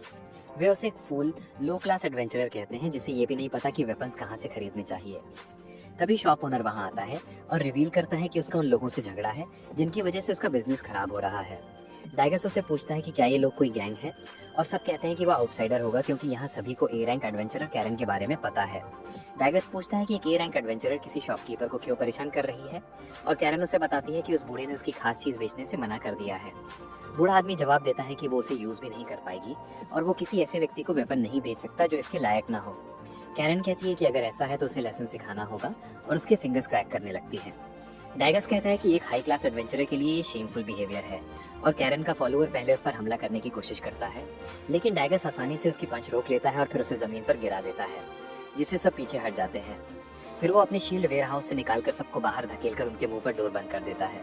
कैरन ये देखकर पैनिक में आ जाती है और पूछती है कि एक स्ट्रेंजर उसे जैसे ए रैंक एडवेंचरर को कैसे हरा सकता है। डाइगस दरवाजा खोलकर अपना एस रैंक टैग उसके सामने दिखाता है और सब स्टन रह जाते हैं। बूढ़ा आदमी भी डाइगस से पूछता है कि उसने इस पूरी सिचुएशन से बचने के लिए पहले अपनी रैंक क्यों नहीं दिखाई, और डाइगस जवाब देता है कि ताकत के बजाय रैंक पर भरोसा करना फूलिशनेस है। ये सुनकर कैरन और उसके गुर्गे भाग जाते हैं, लेकिन बूढ़ा दुकानदार उसके करेज और कैरेक्टर से इंप्रेस होकर अपना खजाना डाइगस को सौंपने का फैसला करता है। दूसरी ओर जब यूई और क्लियर साइड सी से लौटते हैं तो लॉयड एक स्पेल सुधारने की कोशिश कर रहा होता है। वे जानना चाहते हैं कि लॉयड क्या कर रहा है, और वो उन्हें बताता है कि वो अपने सपोर्ट स्पेल्स को और स्ट्रॉन्गर बनाने की कोशिश कर रहा है, लेकिन अब समय आ गया है कि वो कुछ नए स्पेल्स सीखे। यूई उसे कुछ ऑफेंसिव मैजिक सीखने की सलाह देती है, लेकिन लॉयड बताता है कि वो इसमें अच्छा नहीं कर पाएगा क्योंकि व्हाइट मैजिशियंस ऑफेंसिव स्पेल्स में एक्सपर्ट नहीं होते। वो कहता है कि अगर सिलिका की अटैक पावर एक फ्लेम थ्रोअर के बराबर है तो उसकी अटैक स्ट्रेंथ बस एक मैचस्टिक जैसी होगी। इसके बाद वो सिलिका को जो उस समय जंगल में है लाइट देना शुरू कर देता है। सिलिका नेचर की गोद में आराम करती है और सोचती है कि अगर लॉयड ना होता तो उनका लास्ट मिशन कितना डिजास्ट्रस होता। इसलिए वो और भी स्ट्रॉन्गर बनना चाहती है और एक नया ज्यादा पावरफुल फ्लेम स्पेल बनाने पर काम शुरू कर देती है। हालांकि कई कोशिशों के बाद भी वो इसमें मास्टरी हासिल नहीं कर पाती, ने को तैयार नहीं है। सराय में वापस आकर यूई कहती है कि वो सिलिका को बचपन से जानती है और उसे हमेशा से ये एक ऐसी गिफ्टेड महिला माना गया है जिसके पास अपार स्पिरिट है, लेकिन ये एकमात्र चीज नहीं है जो उसे एक मजिशियन के रूप में इतना पावरफुल बनाती है। यूई को वो टाइम याद है जब उसने सिलिका को हर बार बैडली फेल होने के बाद भी लगातार प्रैक्टिस करते हुए देखा था, और वो कहती है कि उसकी सबसे खास बात यह है कि वो तब तक हार नहीं मानती जब तक वो अपना लक्ष्य अचीव नहीं कर लेती। सिलिका अपने करंट प्रैक्टिस में भी वही कमिटमेंट और डिटर्मिनेशन दिखाती है, और वो अपना नया स्पेल तब तक ट्राई करती रहती है जब तक कि वो उसे सक्सेसफुली पूरा नहीं कर लेती। हालांकि अपनी सफलता से उत्साहित होकर वो फिसल जाती है और मैजिक एक बार फिर से कंट्रोल से बाहर हो जाता है और अंत में एक बड़ा एक्सप्लोजन होता है। सिलिका तालाब में गिरने के बाद भीग जाती है और अपनी नासमझी पर डिसअपॉइंटेड हो जाती है। वो आज के लिए घर वापस जाने का फैसला करती है, तभी अचानक उसे कुछ अपनी ओर आते हुए सुनाई देता है। वो फाइट के लिए तैयार हो जाती है क्योंकि हो सकता है कि वो कोई मॉन्स्टर हो, लेकिन सरप्राइजिंग बात ये है कि वो सिर्फ डागस ही है। डागस उसे दुकान में हुई घटना की कहानी सुनाता है और बताता है कि कैसे उस बूढ़े आदमी ने दुनिया की सबसे स्ट्रॉन्ग चीजों से बनी एक लेजेंडरी शील्ड निकालकर उसका धन्यवाद किया था। उसने कहा था कि कोई भी आम इंसान इसका यूज नहीं कर सकता, लेकिन फिर भी कैरन और उसके गुर्गे उसे रोज इसके बारे में परेशान करने आते हैं। शॉपकीपर ने डागस से कहा कि वो लेजेंडरी शील्ड का इस्तेमाल कर सकता है, लेकिन उसे देने से पहले उसकी एक शर्त थी। वो चाहता था कि डागस जंगल में हो रहे मिस्टीरियस एक्सप्लोजन्स की जांच करे जो शहर के लोगों को टेरराइज कर रहे थे। उसका कहना था कि डागस पता लगाए कि क्या इन ब्लास्ट्स के पीछे कोई मॉन्स्टर या डीमन है और उन्हें रोककर शील्ड हासिल करे, और यहीं से डागस यहाँ आता है। सिलिका किसी मॉन्स्टर या डीमन से कंपैरिजन किए जाने से खुश नहीं है, लेकिन डागस उसे बताता है कि उसने क्या किया है। सिलिका पलटती है और ये देखकर डर जाती है कि उसके स्पेल की वजह से पूरी लेक ही इवेपोरेट हो गई है। खैर, डागस उसे शॉपकीपर के पास ले जाता है और बताता है कि उसने समस्या का समाधान कर दिया है, और सिलिका बहुत माफी मांगती है। फिर ये भी बताती है कि उसने अपने मैजिक से लेक की मरम्मत कर दी है। बूढ़ा आदमी इस पर हंसता है और कहता है कि सब ठीक है क्योंकि कोई खास नुकसान नहीं हुआ है। फिर वो डागस से कहता है कि वो उनके एग्रीमेंट के अनुसार शील्ड ले। डागस कहता है कि उसने पूरी समस्या का समाधान तो नहीं किया, लेकिन बूढ़े आदमी को उस पर इतना ट्रस्ट है कि वो शील्ड अब उसके पास छोड़ देता है। डागस शील्ड एक्सेप्ट कर लेता है और बाद में उससे अपने दोस्तों को दिखाता है। सिलिका उन्हें ये भी बताती है कि उसने एक नया स्पेल बनाया है और सभी उनकी प्रोग्रेस सुनकर एक्साइटेड हो जाते हैं। लॉयड उनसे आगे निकलना चाहता है और क्रॉस पर भी इम्प्रूवमेंट का प्रेशर महसूस होने लगता है। हालांकि यूई उन्हें समझाती है कि जल्दीबाजी का कोई मतलब नहीं है और उन्हें अपनी स्पीड से काम करना चाहिए। अगले दिन क्रॉस डिसाइड करता है कि उससे भी स्ट्रांग होने के लिए कुछ तो करना होगा, क्योंकि डागस और सिलिका पहले ही अच्छे रिजल्ट्स दे चुके हैं। वो अपने धनुष की रिपेयर पहले ही कर चुका है और कड़ी मेहनत भी कर रहा है, लेकिन वो जानता है कि सडन इम्प्रूवमेंट के लिए ये काफी नहीं है। वो सोच रहा है कि बेटर बनने के लिए क्या किया जाए, तभी उसकी मुलाकात एक यंग आर्चर से होती है जो जल्दी जल्दी गिल्ड की ओर दौड़ रहा है। क्रॉस उसे उठने में हेल्प करता है और फिर उसका एडवेंचरर टैग दिखाई देता है। लड़का उससे पूछता है कि क्या वो भी एक एडवेंचरर है, और जब क्रॉस कंफर्म करता है तो वो उसे अपनी पार्टी में शामिल होने का रिक्वेस्ट करता है। आखिर में क्रॉस लिन नाम की लड़की की क्यूट आइज से हार मान जाता है और वो एक मिशन के लिए उसकी पार्टी ज्वाइन कर लेता है। वो गिल्ड में जाते हैं जहाँ क्रॉस लिन से पूछता है कि उसने पहले से ही एक पार्टी क्यों नहीं बना ली, क्योंकि आर्चर्स अकेले जाने के लिए सूटेबल नहीं होते। लिन ये सवाल सुनकर चुप हो जाता है, लेकिन दूसरे एडवेंचरर्स उसका मजाक उड़ाने लगते हैं और कहते हैं कि उसे एक नया लड़का मिल गया है जिससे वो जुड़ सकता है। वो कहते हैं कि वो हमेशा एक ई रैंक वाला ही एडवेंचरर रहेगा और अपने साथ आने वाले लोगों को बस नीचे गिराता रहेगा। क्रॉस अब समझ जाता है कि लिन पहले इतना डेस्परेट क्यों था और लड़का तुरंत उसे अपनी पार्टी में इंक्लूड करने के लिए माफी मांगता है। हालांकि क्रॉस उसे अश्योर करता है कि सब ठीक है, क्योंकि वो भी अपनी रैंक पर अटका हुआ है। लिन ये सुनकर खुश होता है क्योंकि उसे लगता है कि आखिरकार उसे कोई मिल गया है जो उसे समझता है। दूसरी तरफ यूई शहर के सभी फेमस रेस्टोरेंट्स में जाने की कोशिश कर रही है, लेकिन वो अपने बढ़ते बॉडी वेट को लेकर भी चिंतित है। जब वो इस पर सोच रही है कि उसे बाहर खाना चाहिए या नहीं, तो पास में ही उसे एक डिस्टर्बेंस दिखाई देता है। एक नोबल वुमन एक गरीब बच्चे पर बरस रही है जिसकी ड्रेस पर मड लग गया है और वो अपने गार्ड्स को उसे टॉर्चर करने का आदेश देती है। शहर के लोग उस औरत से उलझना भी नहीं चाहते क्योंकि उसका परिवार बहुत पावरफुल है, लेकिन यूई बीच में आती है और उस महिला को रुकने के लिए कहती है। ये सुनकर महिला फ्यूरियस हो जाती है और पूछती है कि क्या उसे पता भी है कि वो किससे बात कर रही है। यूई जवाब देती है कि वो एक ऐसी वुमन से बात कर रही है जो अपने एज के हिसाब से बिहेव नहीं कर सकती और वो एक बच्ची पर इसलिए भड़क रही है क्योंकि वो एक घमंडी कैरन है। महिला और गुस्सा हो जाती है और अपने गार्ड्स को आदेश देती है कि पहले यूई पर अटैक करें। इस बीच यूई लड़के को भाग जाने के लिए कहती है और फिर गार्ड्स के अटैक को रोकने के लिए अपनी स्वॉर्ड बुलाती है। अचानक एक स्वॉर्ड आते देखकर सभी शॉक्ड हो जाते हैं, लेकिन वो महिला उन्हें उस पर अटैक करते रहने के लिए कहती है। इसी समय क्रॉस और लिन जंगल में जाते हैं जहाँ उन्हें रेड स्लाइम्स का एक ग्रुप दिखाई देता है। क्रॉस को लगता है कि एक ई रैंक एडवेंचरर भी रेड स्लाइम्स को डिफीट कर सकता है और वो उसकी मदद करने का फैसला करता है। वो तुरंत अपने स्टोरेज स्पेल से धनुष और बाण निकालता है और लिन ये देखकर हैरान हो जाता है। वो क्रॉस से पूछता है कि उसने ये कैसे किया और वो दिखावा करता है कि यही एक स्पेल है जिसमें वो माहिर है। खैर, क्रॉस अपने एक्यूरेट शॉट से कुछ स्लाइम को डिस्ट्रॉय कर देता है और लिन इम्प्रेस्ड हो जाता है।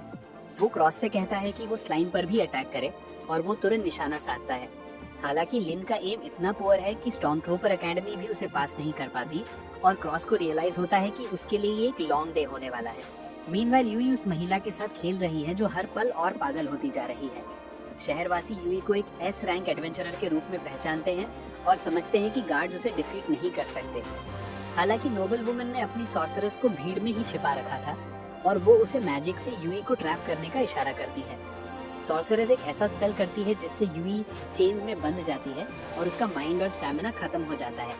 वो मैजिक से मुक्त नहीं हो पाती और महिला अपने गार्ड्स को आदेश देती है कि उसे मार डालें। लेकिन तभी एक मिस्टीरियस वुमन वहां पहुंचती है और उन्हें फेयर फाइट करने के लिए कहती है। नोबल कैरन उसे रास्ते से हटने के लिए कहती है, लेकिन इसके बजाय वो मैस्ड वुमन एक चमक बन जाती है और गार्ड्स और सॉर्सरस को किसी के देखे से पहले ही समाप्त कर देती है। कुलीन महिला ये देखकर स्टन रह जाती है और फिर वह नकाबपोश महिला तेजी से उसके पास आती है और उसे डरा कर बेहोश कर देती है। इसके बाद यूई उस मिस्टीरियस महिला का शुक्रिया अदा करती है जिसने उसकी जान बचाई और पूछती है कि वह उसकी तरह कैसे पावरफुल बन सकती है। महिला उसे बताती है कि वह अपनी एज के हिसाब से काफी स्ट्रॉन्ग है, लेकिन यूई और भी ताकतवर बनना चाहती है क्योंकि वह लॉयड से आगे निकलना चाहती है। लॉयड का नाम सुनकर महिला हैरान हो जाती है और अपना हुड उतार कर बताती है कि वह मर्लिन की पार्टी की एक मेंबर है। वह मर्लिन की खातिर लॉयड की हेल्प करना चाहती है, इसलिए वह यूई को कुछ टाइम के लिए ट्रेन करने के लिए तैयार हो जाती है। वे जंगल में जाते हैं जहां महिला यूई से कहती है कि वह उसे लिलित कहे। यूई को एहसास होता है कि यह उसका रियल नेम नहीं हो सकता और उसे लगता है कि लिलित सस्पिशियस है, लेकिन वह एक गुड इंसान है। लिलित फिर अपने मंत्र भंडार से जायंट स्वॉर्ड निकालती है और जब यूई उस स्पेल को पहचान लेती है तो वह चौंक जाती है। दूसरी ओर लॉयड एक नया स्पेल ढूंढने की कोशिश में दिमाग खपा रहा है और उसके फ्रेंड्स उसके बारे में चिंतित हो जाते हैं। वे उसे थोड़ा रेस्ट करने के लिए कहते हैं और फिर क्लेयर उसे अपने साथ वॉक पर चलने का प्रस्ताव देती है। वे पास के रेस्टोरेंट में स्वीट्स खाने जाते हैं और तभी लॉयड अचानक क्लेयर से पूछता है कि क्या वे मॉन्स्टर से कम्युनिकेट करने के लिए जिस मंत्र का इस्तेमाल करती है वह कोई एंशिएंट स्पेल है। इस बीच क्रॉस लिन को बो का सही इस्तेमाल करना सिखाता है और लड़का उसे बहुत जल्दी सीख लेता है।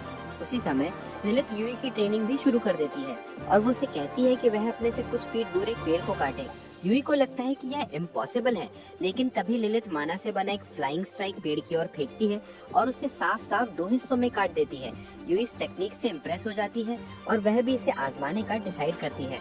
रेस्टोरेंट में वापस आकर क्लेयर कहती है कि वह एंशिएंट मैजिक का इस्तेमाल करती है और लॉयड पूछता है कि क्या वह भी एंशिएंट स्पेल सीख सकता है, क्योंकि वे इनक्रेडिबली पावरफुल और इफेक्टिव होते हैं। क्लेयर उसे बताती है कि वह नहीं सीख सकता क्योंकि एंशिएंट मैजिक करने की एबिलिटी वाले लोग सेंचुरीज में एक बार ही पैदा होते हैं। अगर यह टैलेंट ना रखने वाले लोग इसका इस्तेमाल करते हैं तो उन्हें हेवी नेगेटिव इफेक्ट्स का सामना करना पड़ता है। वह एक ग्रेट मैजिशियन के बारे में बात करती है जिसने एक एंशिएंट स्पेल का प्रयोग किया, हालांकि उसमें ऐसा करने की क्षमता नहीं थी और रिजल्ट ये हुआ कि उसकी मौके पर ही जान चली गई। इसलिए वह चाहती है कि लॉयड एंशिएंट मैजिक के बारे में सोचना छोड़ दे, क्योंकि ऐसा करने की कोशिश करने से उसकी लाइफ खतरे में पड़ सकती थी। लॉयड समझ जाता है और उस तरीके को छोड़कर कुछ और करने का फैसला करता है। जंगल में वापस आकर क्रॉस और लिन ने सभी स्लाइम्स को डिफीट कर दिया है और क्रॉस कहता है कि अगर उनके पास एक स्पेशल बो होता जिससे वे फास्टर एरोज चला पाते तो यह और भी क्विक होता। वह लिन को स्लाइम की बॉडीज कलेक्ट करने के लिए कहता है। तभी एक जायंट स्पाइडर मॉन्स्टर वहां आ पहुंचता है और स्लाइम्स को खाने लगता है। क्रॉस उस पर अटैक करने की कोशिश करता है, लेकिन उसका एरोज पर असर नहीं करता। उसे एहसास होता है कि मॉन्स्टर को हराने के लिए मैजिक या फास्ट स्किल्स की जरूरत है, लेकिन उसके पास इसके लिए अभी टूल्स नहीं है। लिन को एक आइडिया सूझता है और वह क्रॉस से कहता है कि टाइम बचाने के लिए एरोज को अपने क्विवर से निकालने के बजाय उन्हें स्टोरेज से बाहर निकाले। क्रॉस अपना आइडिया आजमाता है और सरप्राइजिंगली इससे उसकी एरो पुलिंग स्पीड बहुत कम हो जाती है। वह मकड़ी के सिर पर एरोज की बारिश करके उसे मार डालता है। इसके साथ ही वे गिल्ड में वापस लौट आते हैं और क्रॉस लिन को मिशन का सारा क्रेडिट देते। दूसरे एडवेंचरर्स उसे एक स्किल्ड आर्चर मानने लगे। इसके बाद लिन क्रॉस से पूछता है कि क्या वह सचमुच एक हाई रैंक वाला एडवेंचरर है, और जब उसे पता चलता है कि क्रॉस एक एस रैंक एडवेंचरर है तो वह उसे करेक्ट करने लगता है। दूसरी ओर यूई फ्लाइंग स्ट्राइक टेक्निक सीखने की कोशिश कर रही है, लेकिन यह उसके विचार से कहीं ज्यादा टफ है। हालांकि लिलिथ कंफ्यूज्ड है क्योंकि यह उसके लिए काफी इजी था। यूई सोचती है कि वह किस तरह की मॉन्स्टर है, लेकिन वह इस स्किल को सीखने की कोशिश करती रहती है। लिलिथ उससे पूछती है कि वह इतनी स्ट्रांग बनने के लिए इतनी डेस्परेट क्यों है, और यूई उसे बताती है कि कैसे एस रैंक तक पहुंचने के बाद वह ओवर कॉन्फिडेंट हो गई थी, लेकिन लॉयड ने उसे हम्बल बना दिया और अब वह भी उसके जैसी स्ट्रांग बनना चाहती है। लिलिथ इससे इम्प्रेस होती है और तभी एक मॉन्स्टर पीछे से उस पर झपट पड़ता है। यूई उसे देख लेती है और उसे चेतावनी देती है, लेकिन लिलिथ हिलती नहीं है और उसे बचाने की कोशिश में यूई मॉन्स्टर पर एक फ्लाइंग स्ट्राइक करती है। उसका स्ट्राइक मॉन्स्टर को चीर देता है और लिलिथ उसे फ्लाइंग स्ट्राइक सीखने पर बधाई देती है।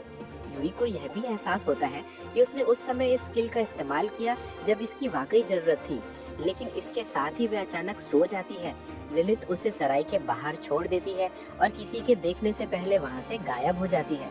अगली सुबह यूई अपनी जर्नी फिर से शुरू करने के लिए एक्साइटेड है और लॉयड अपने काम में थोड़ा बदलाव कर रहा है, क्योंकि उसे लगता है कि इस दौरान उसने कोई प्रोग्रेस नहीं की। हालांकि उसने नए स्पेल्स बनाए और एग्जिस्टिंग स्पेल्स में इम्प्रूवमेंट किया। दूसरी ओर डीमन कमांडर ग्रिस्ट अपनी असफलताओं की रिपोर्ट अपने बॉस को देता है, जो उससे बहुत डिसअपॉइंटेड है। वह उसे इस बात के लिए अशेम्ड करता है कि वह विशाल मॉन्स्टर आर्मी के बावजूद एक भी ह्यूमन सिटी पर कब्जा नहीं कर पाया, और वह वादा करता है कि वह फिर कभी फेल नहीं होगा। उसका बॉस, शायद डीमंस का सुप्रीम लीडर, उसे क्लियर को सबसे पहले ढूंढने का आदेश देता है और वह आदेश मान लेता है। महल के बाहर पहुंचकर ग्रिस्ट गुस्से से भर जाता है क्योंकि उसके पास कोई क्लू नहीं है। तभी पिछले अटैक की मास्टरमाइंड मिशेल वहां आ पहुंचती है। ग्रिस्ट उस पर एंग्री होता है और पूछता है कि उसकी यहाँ अपना फेस दिखाने की हिम्मत कैसे हुई, और मिशेल जवाब देती है कि उसे पिछले मिशन का पेमेंट नहीं मिला है। ग्रिस्ट उसे तुरंत टुकड़े टुकड़े कर देना चाहता है, लेकिन तभी मिशेल उसे बताती है कि क्लियर ह्यूमन एम्पायर की कैपिटल की ओर जा रही है और नाइट्स के बजाय कुछ एस रैंक एडवेंचरर्स उसकी रक्षा कर रहे हैं। ग्रिस्ट पूछता है कि वे उसे ये क्यों बता रही है, और मिशेल जवाब देती है कि उसे पिछले फेलियर के बाद अपनी रेपुटेशन क्लियर करनी है और वह क्लियर को पकड़ने में डीमंस की हेल्प करना चाहती है। इस बीच लॉयड और उसका दल अपनी जर्नी जारी रखते हैं। तभी अचानक उन्हें झाड़ियों में कुछ मूवमेंट महसूस होती है। वे अलर्ट हो जाते हैं, लेकिन किस्मत से वह बस एक रैबिट निकलता है। यकीन करने के लिए लॉयड अपना स्काउटिंग स्पेल यूज करता है और पाता है कि आसपास कोई मॉन्स्टर नहीं है। इसके बाद वे रेस्ट करने का फैसला करते हैं और लॉयड यूई को किसी एक्सेंट्रिक की तरह स्टीयर करने लगता है। वो उसे बताता है कि ऐसा लगता है कि उसने और बाकी सभी ने किसी न्यू चीज में मास्टरी हासिल कर ली है। क्योंकि जब वे रैबिट को स्मोक करने के लिए तैयार हुए थे तब वे पूरे कॉन्फिडेंस से भरे हुए थे। दूसरी ओर वो वरीड है क्योंकि उसे लगता है कि उसकी प्रिपरेशन पर्याप्त नहीं है। यूई उससे कहती है कि उसे खुद पर और ट्रस्ट रखना चाहिए और क्लेयर उसका सपोर्ट करती है। वो लॉयड से कहती है कि वो ग्रुप का सबसे स्ट्रॉन्ग मेंबर है, लेकिन उसे लगता है कि वो सिली बातें कर रही है। हालांकि ग्रुप के दूसरे मेंबर्स को भी ऐसा ही लगता है। वे लॉयड से कहते हैं कि उन्होंने उससे आगे निकलने के लिए गांव में ट्रेनिंग लिया है और उसे अपनी रियल स्ट्रेंथ पहचाननी होगी क्योंकि असली कॉन्फिडेंस वहीं से आता है। यूई उससे कहती है कि अगर वो खुद को अंडर एस्टिमेट करेगा तो उसे इम्प्रूव करना भी नहीं आएगा। लॉयड जवाब देता है कि वो अब से और ज्यादा कॉन्फिडेंट बनने की कोशिश करेगा। दूसरी ओर मर्लिन एक पुराने फ्रेंड से मिलने जाती है जो एक कासल में रहता है। गार्ड्स उसे अंदर जाने से रोकते हैं, इसलिए वो मैजिक से उनका माइंड बदल देती है और कासल में घुस जाती है। लेकिन उसे पता है कि ज्यादातर ये सब एक इल्यूजन है। वो जल्द ही एक दीवार तक पहुंचती है और उस पर पड़े इल्यूजन को दूर करके एक गेट दिखाती है। लेकिन जैसे ही वो नॉक देने वाली होती है, दरवाजा खुल जाता है और एक फरी क्रीचर उसे अंदर खींच लेता है। मर्लिन रियोन नाम के फरी क्रीचर से पूछती है कि उसे कैसे पता कि वो यहाँ है, और वो जवाब देती है कि उसे उसकी मैजिकल आरा की स्मेल आ रही थी। खैर मर्लिन काम पर लग जाती है और डीमन एम्पायर के बारे में पूछताछ करती है। रियोन उसे बताता है कि पिछले डीमन किंग के बेटे का बेटा डीमंस के मैजिकल एम्पायर को चला रहा है, लेकिन वे मान सकते हैं कि डीमंस की ये जनरेशन पिछली जितनी पावरफुल नहीं है। इसके बाद मर्लिन रियोन के रिसर्च की प्रशंसा करने लगती है, लेकिन उसका मानना है कि मर्लिन कहीं ज्यादा अमेजिंग है क्योंकि वो बिना चांट के मैजिक कर सकती है और उसने एंशिएंट मैजिक का स्टडी करके कई न्यू प्रकार के स्पेल्स का इन्वेंशन किया है।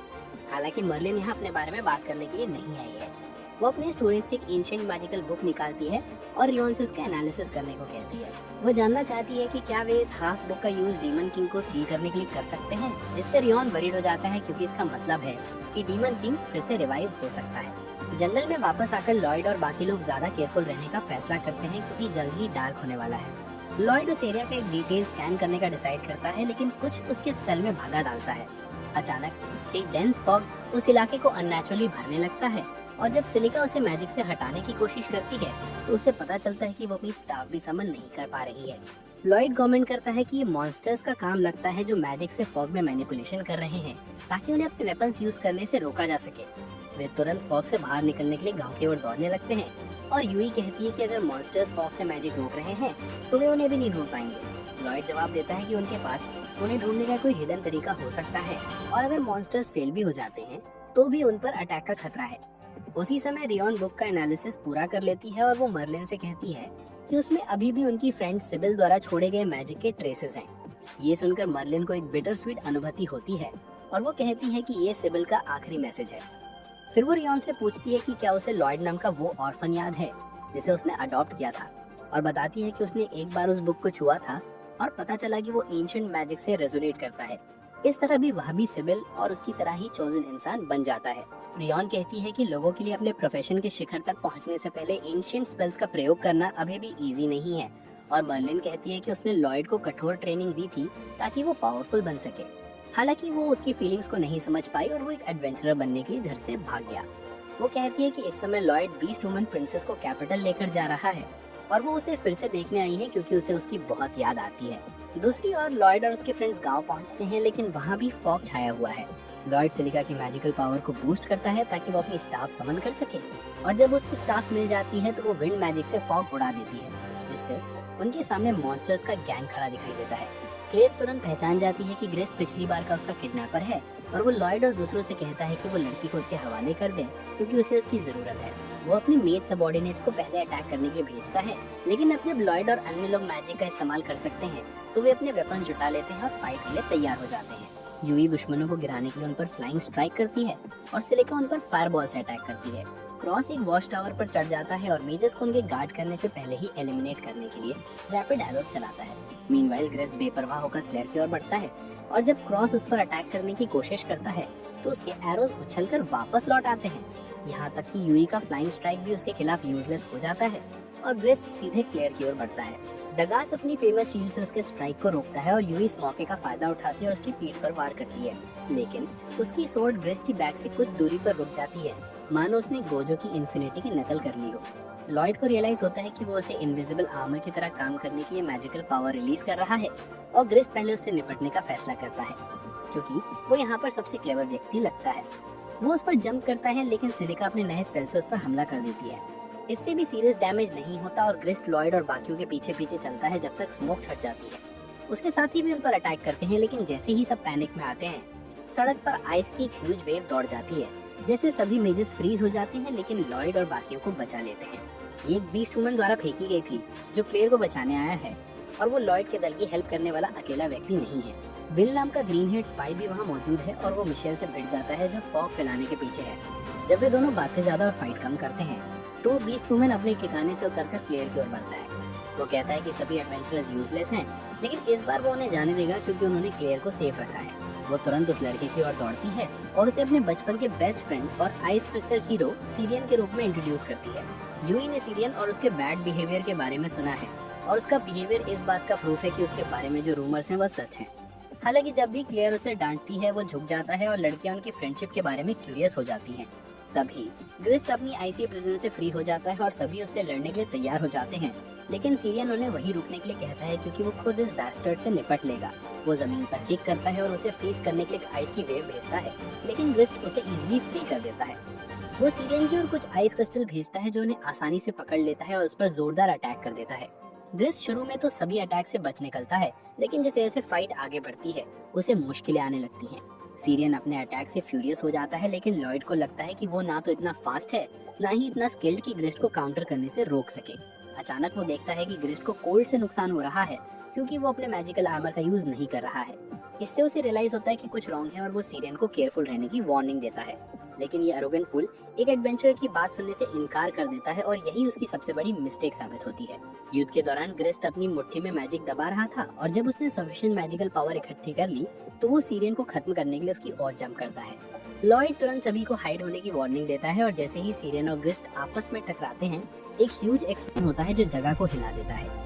जब ब्लास्ट शांत हो जाता है तो लॉयड अपने स्काउटिंग स्किल्स का यूज करके ये कंफर्म करता है कि उसके दल के सभी मेंबर्स सेफ हैं, लेकिन वो क्लेयर और सीरियन को नहीं देख पाता। उसे अपने प्रश्न का आधा उत्तर मिल जाता है जब वो अनकॉन्शियस क्लेयर को ग्रिस्ट के साथ देखता है जो अनाउंस करता है कि वो उसे अपने साथ ले जाने वाला है। तभी एक विशाल फ्लोटिंग शिप वहाँ आता है और ग्रिस्ट उसे पकड़कर उड़ जाता है। लॉयड और उसके फ्रेंड्स हेल्पलेस होकर देखते रह जाते हैं। जैसे ही लॉयड क्लेयर को ले जाते हुए देखता है, सीरियन मलबे से बाहर निकल आता है। इंजर्ड होने के बावजूद वो क्लेयर तक पहुंचने के लिए एक आइस पिलर तैयार करता है, लेकिन जैसे ही वो ग्रिस्ट को पकड़ने वाला होता है उसकी पावर्स खत्म हो जाती हैं और आइस पिलर टूटकर बिखर जाता है। सीरियन जमीन पर गिरने लगता है और लॉयड तुरंत सिलिका से कहता है कि वो उसे सेफ नीचे उतारने के लिए विंड मैजिक का इस्तेमाल करे। जैसे ही सीरियन अपने पैरों पर खड़ा होता है वो दोबारा फाइट करने के लिए तैयार हो जाता है, लेकिन लॉयड उसे रोकते हुए कहता है कि वे स्काई में दुश्मन के खिलाफ कुछ नहीं कर सकते। सीरियन उसे वहां से चले जाने के लिए कहता है, लेकिन तभी उसे एहसास होता है कि उसकी इंजरीज हील हो चुकी हैं। लॉयड कहता है कि उसने ही ऐसा किया है, जिससे सीरियन कंफ्यूज हो जाता है क्योंकि उसे पता ही नहीं चला कि उसने कोई स्पेल यूज किया है।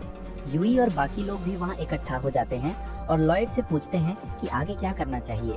लॉयड उन्हें बताता है कि उसके पास एक प्लान है। सीरियन उसकी बात सुनने से इनकार कर देता है, लेकिन सब उसे समझाते हैं कि वो अकेला कुछ नहीं कर सकता और उसे लॉयड पर भरोसा करना चाहिए क्योंकि वो यहाँ सबसे ज्यादा स्मार्ट है। सीरियन इरिटेटेड होता है, लेकिन आखिरकार वो क्लियर को बचाने के लिए उनके साथ कोऑपरेट करने के लिए तैयार हो जाता है। इस बीच ग्रिस्ट अपने मिशन के रिजल्ट से बहुत खुश है और इसका क्रेडिट उस फ्लाइंग शिप को देता है।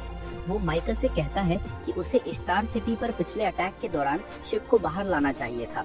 माइकल जवाब देता है कि उस समय उसके पास प्रोटोटाइप भी रेडी नहीं था, लेकिन अब उसके पास ऐसा पावर सोर्स है जो इस मैसिव मशीन को चला सकता है। वो ग्रिस्ट को सोर्स दिखाता है और बताता है कि ये पिछले डीमन गॉड का एक बॉडी का हिस्सा है।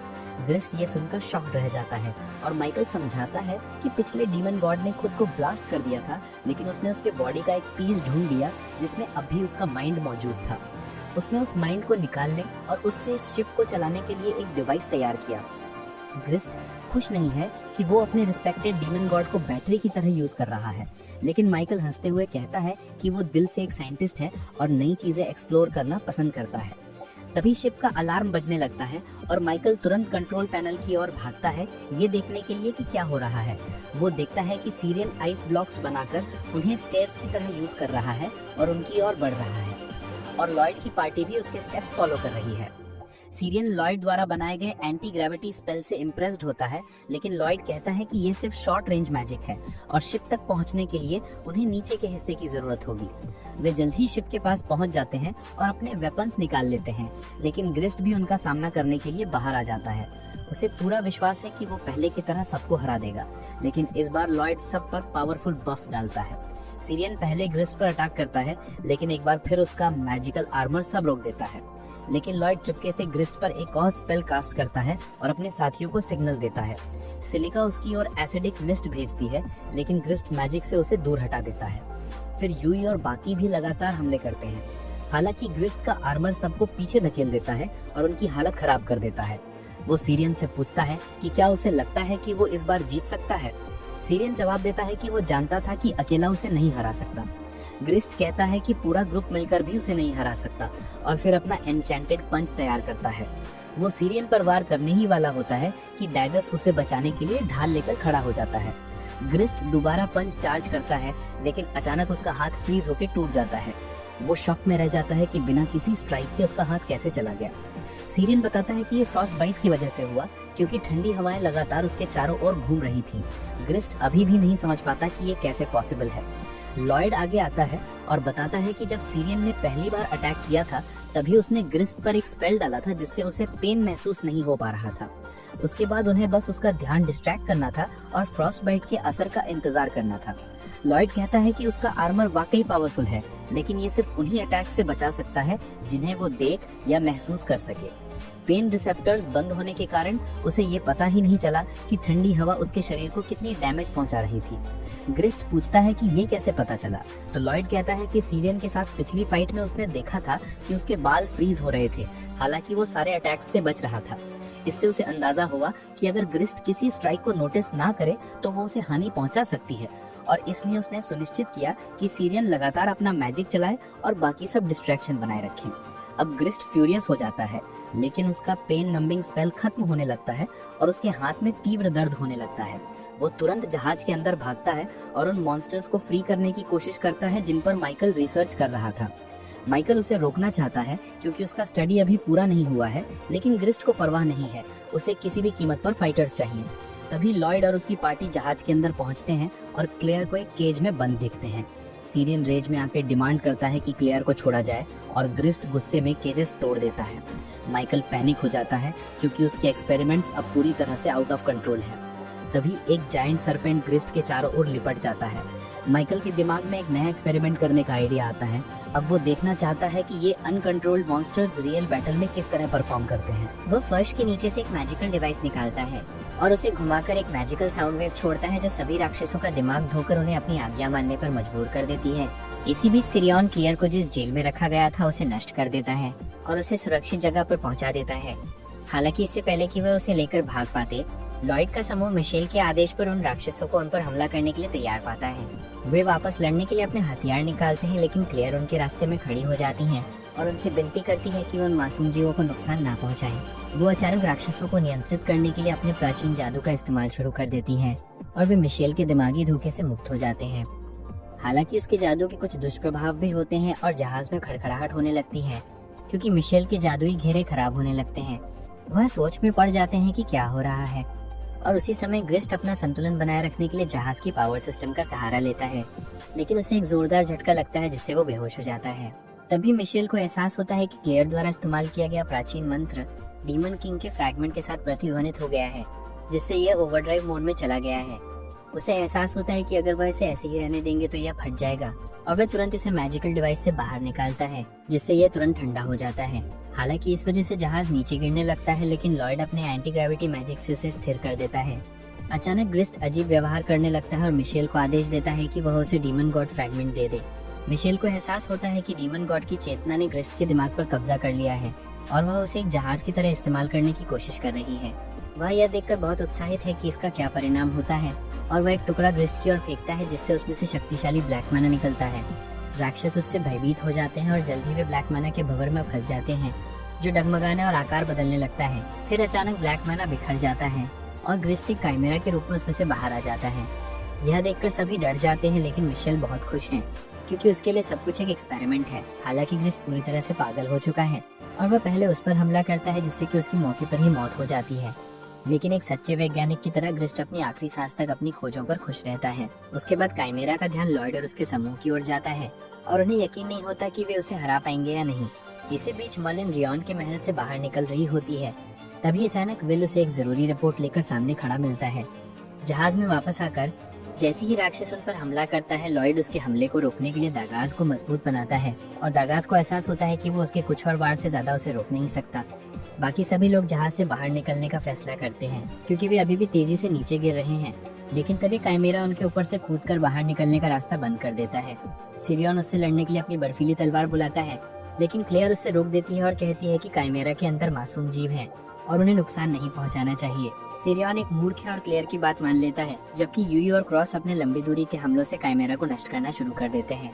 हालांकि काइमेरा अपने मुंह से आग और हवा छोड़ता है, जिससे कि एक आग का बवंडर पैदा होता है जो उनके हमलों को विफल कर देता है। और लॉयड घबरा जाता है क्योंकि वो सोच रहा है कि यहाँ से जिंदा कैसे निकला जाए। और बस दोस्तों, यही थी लॉयड की कहानी की शुरुआत। अब असली गेम तो अभी बाकी है। क्या वो अपने मास्टर का लेसन समझ पाएगा या डीमन लॉर्ड उसे हमेशा के लिए तोड़ देगा?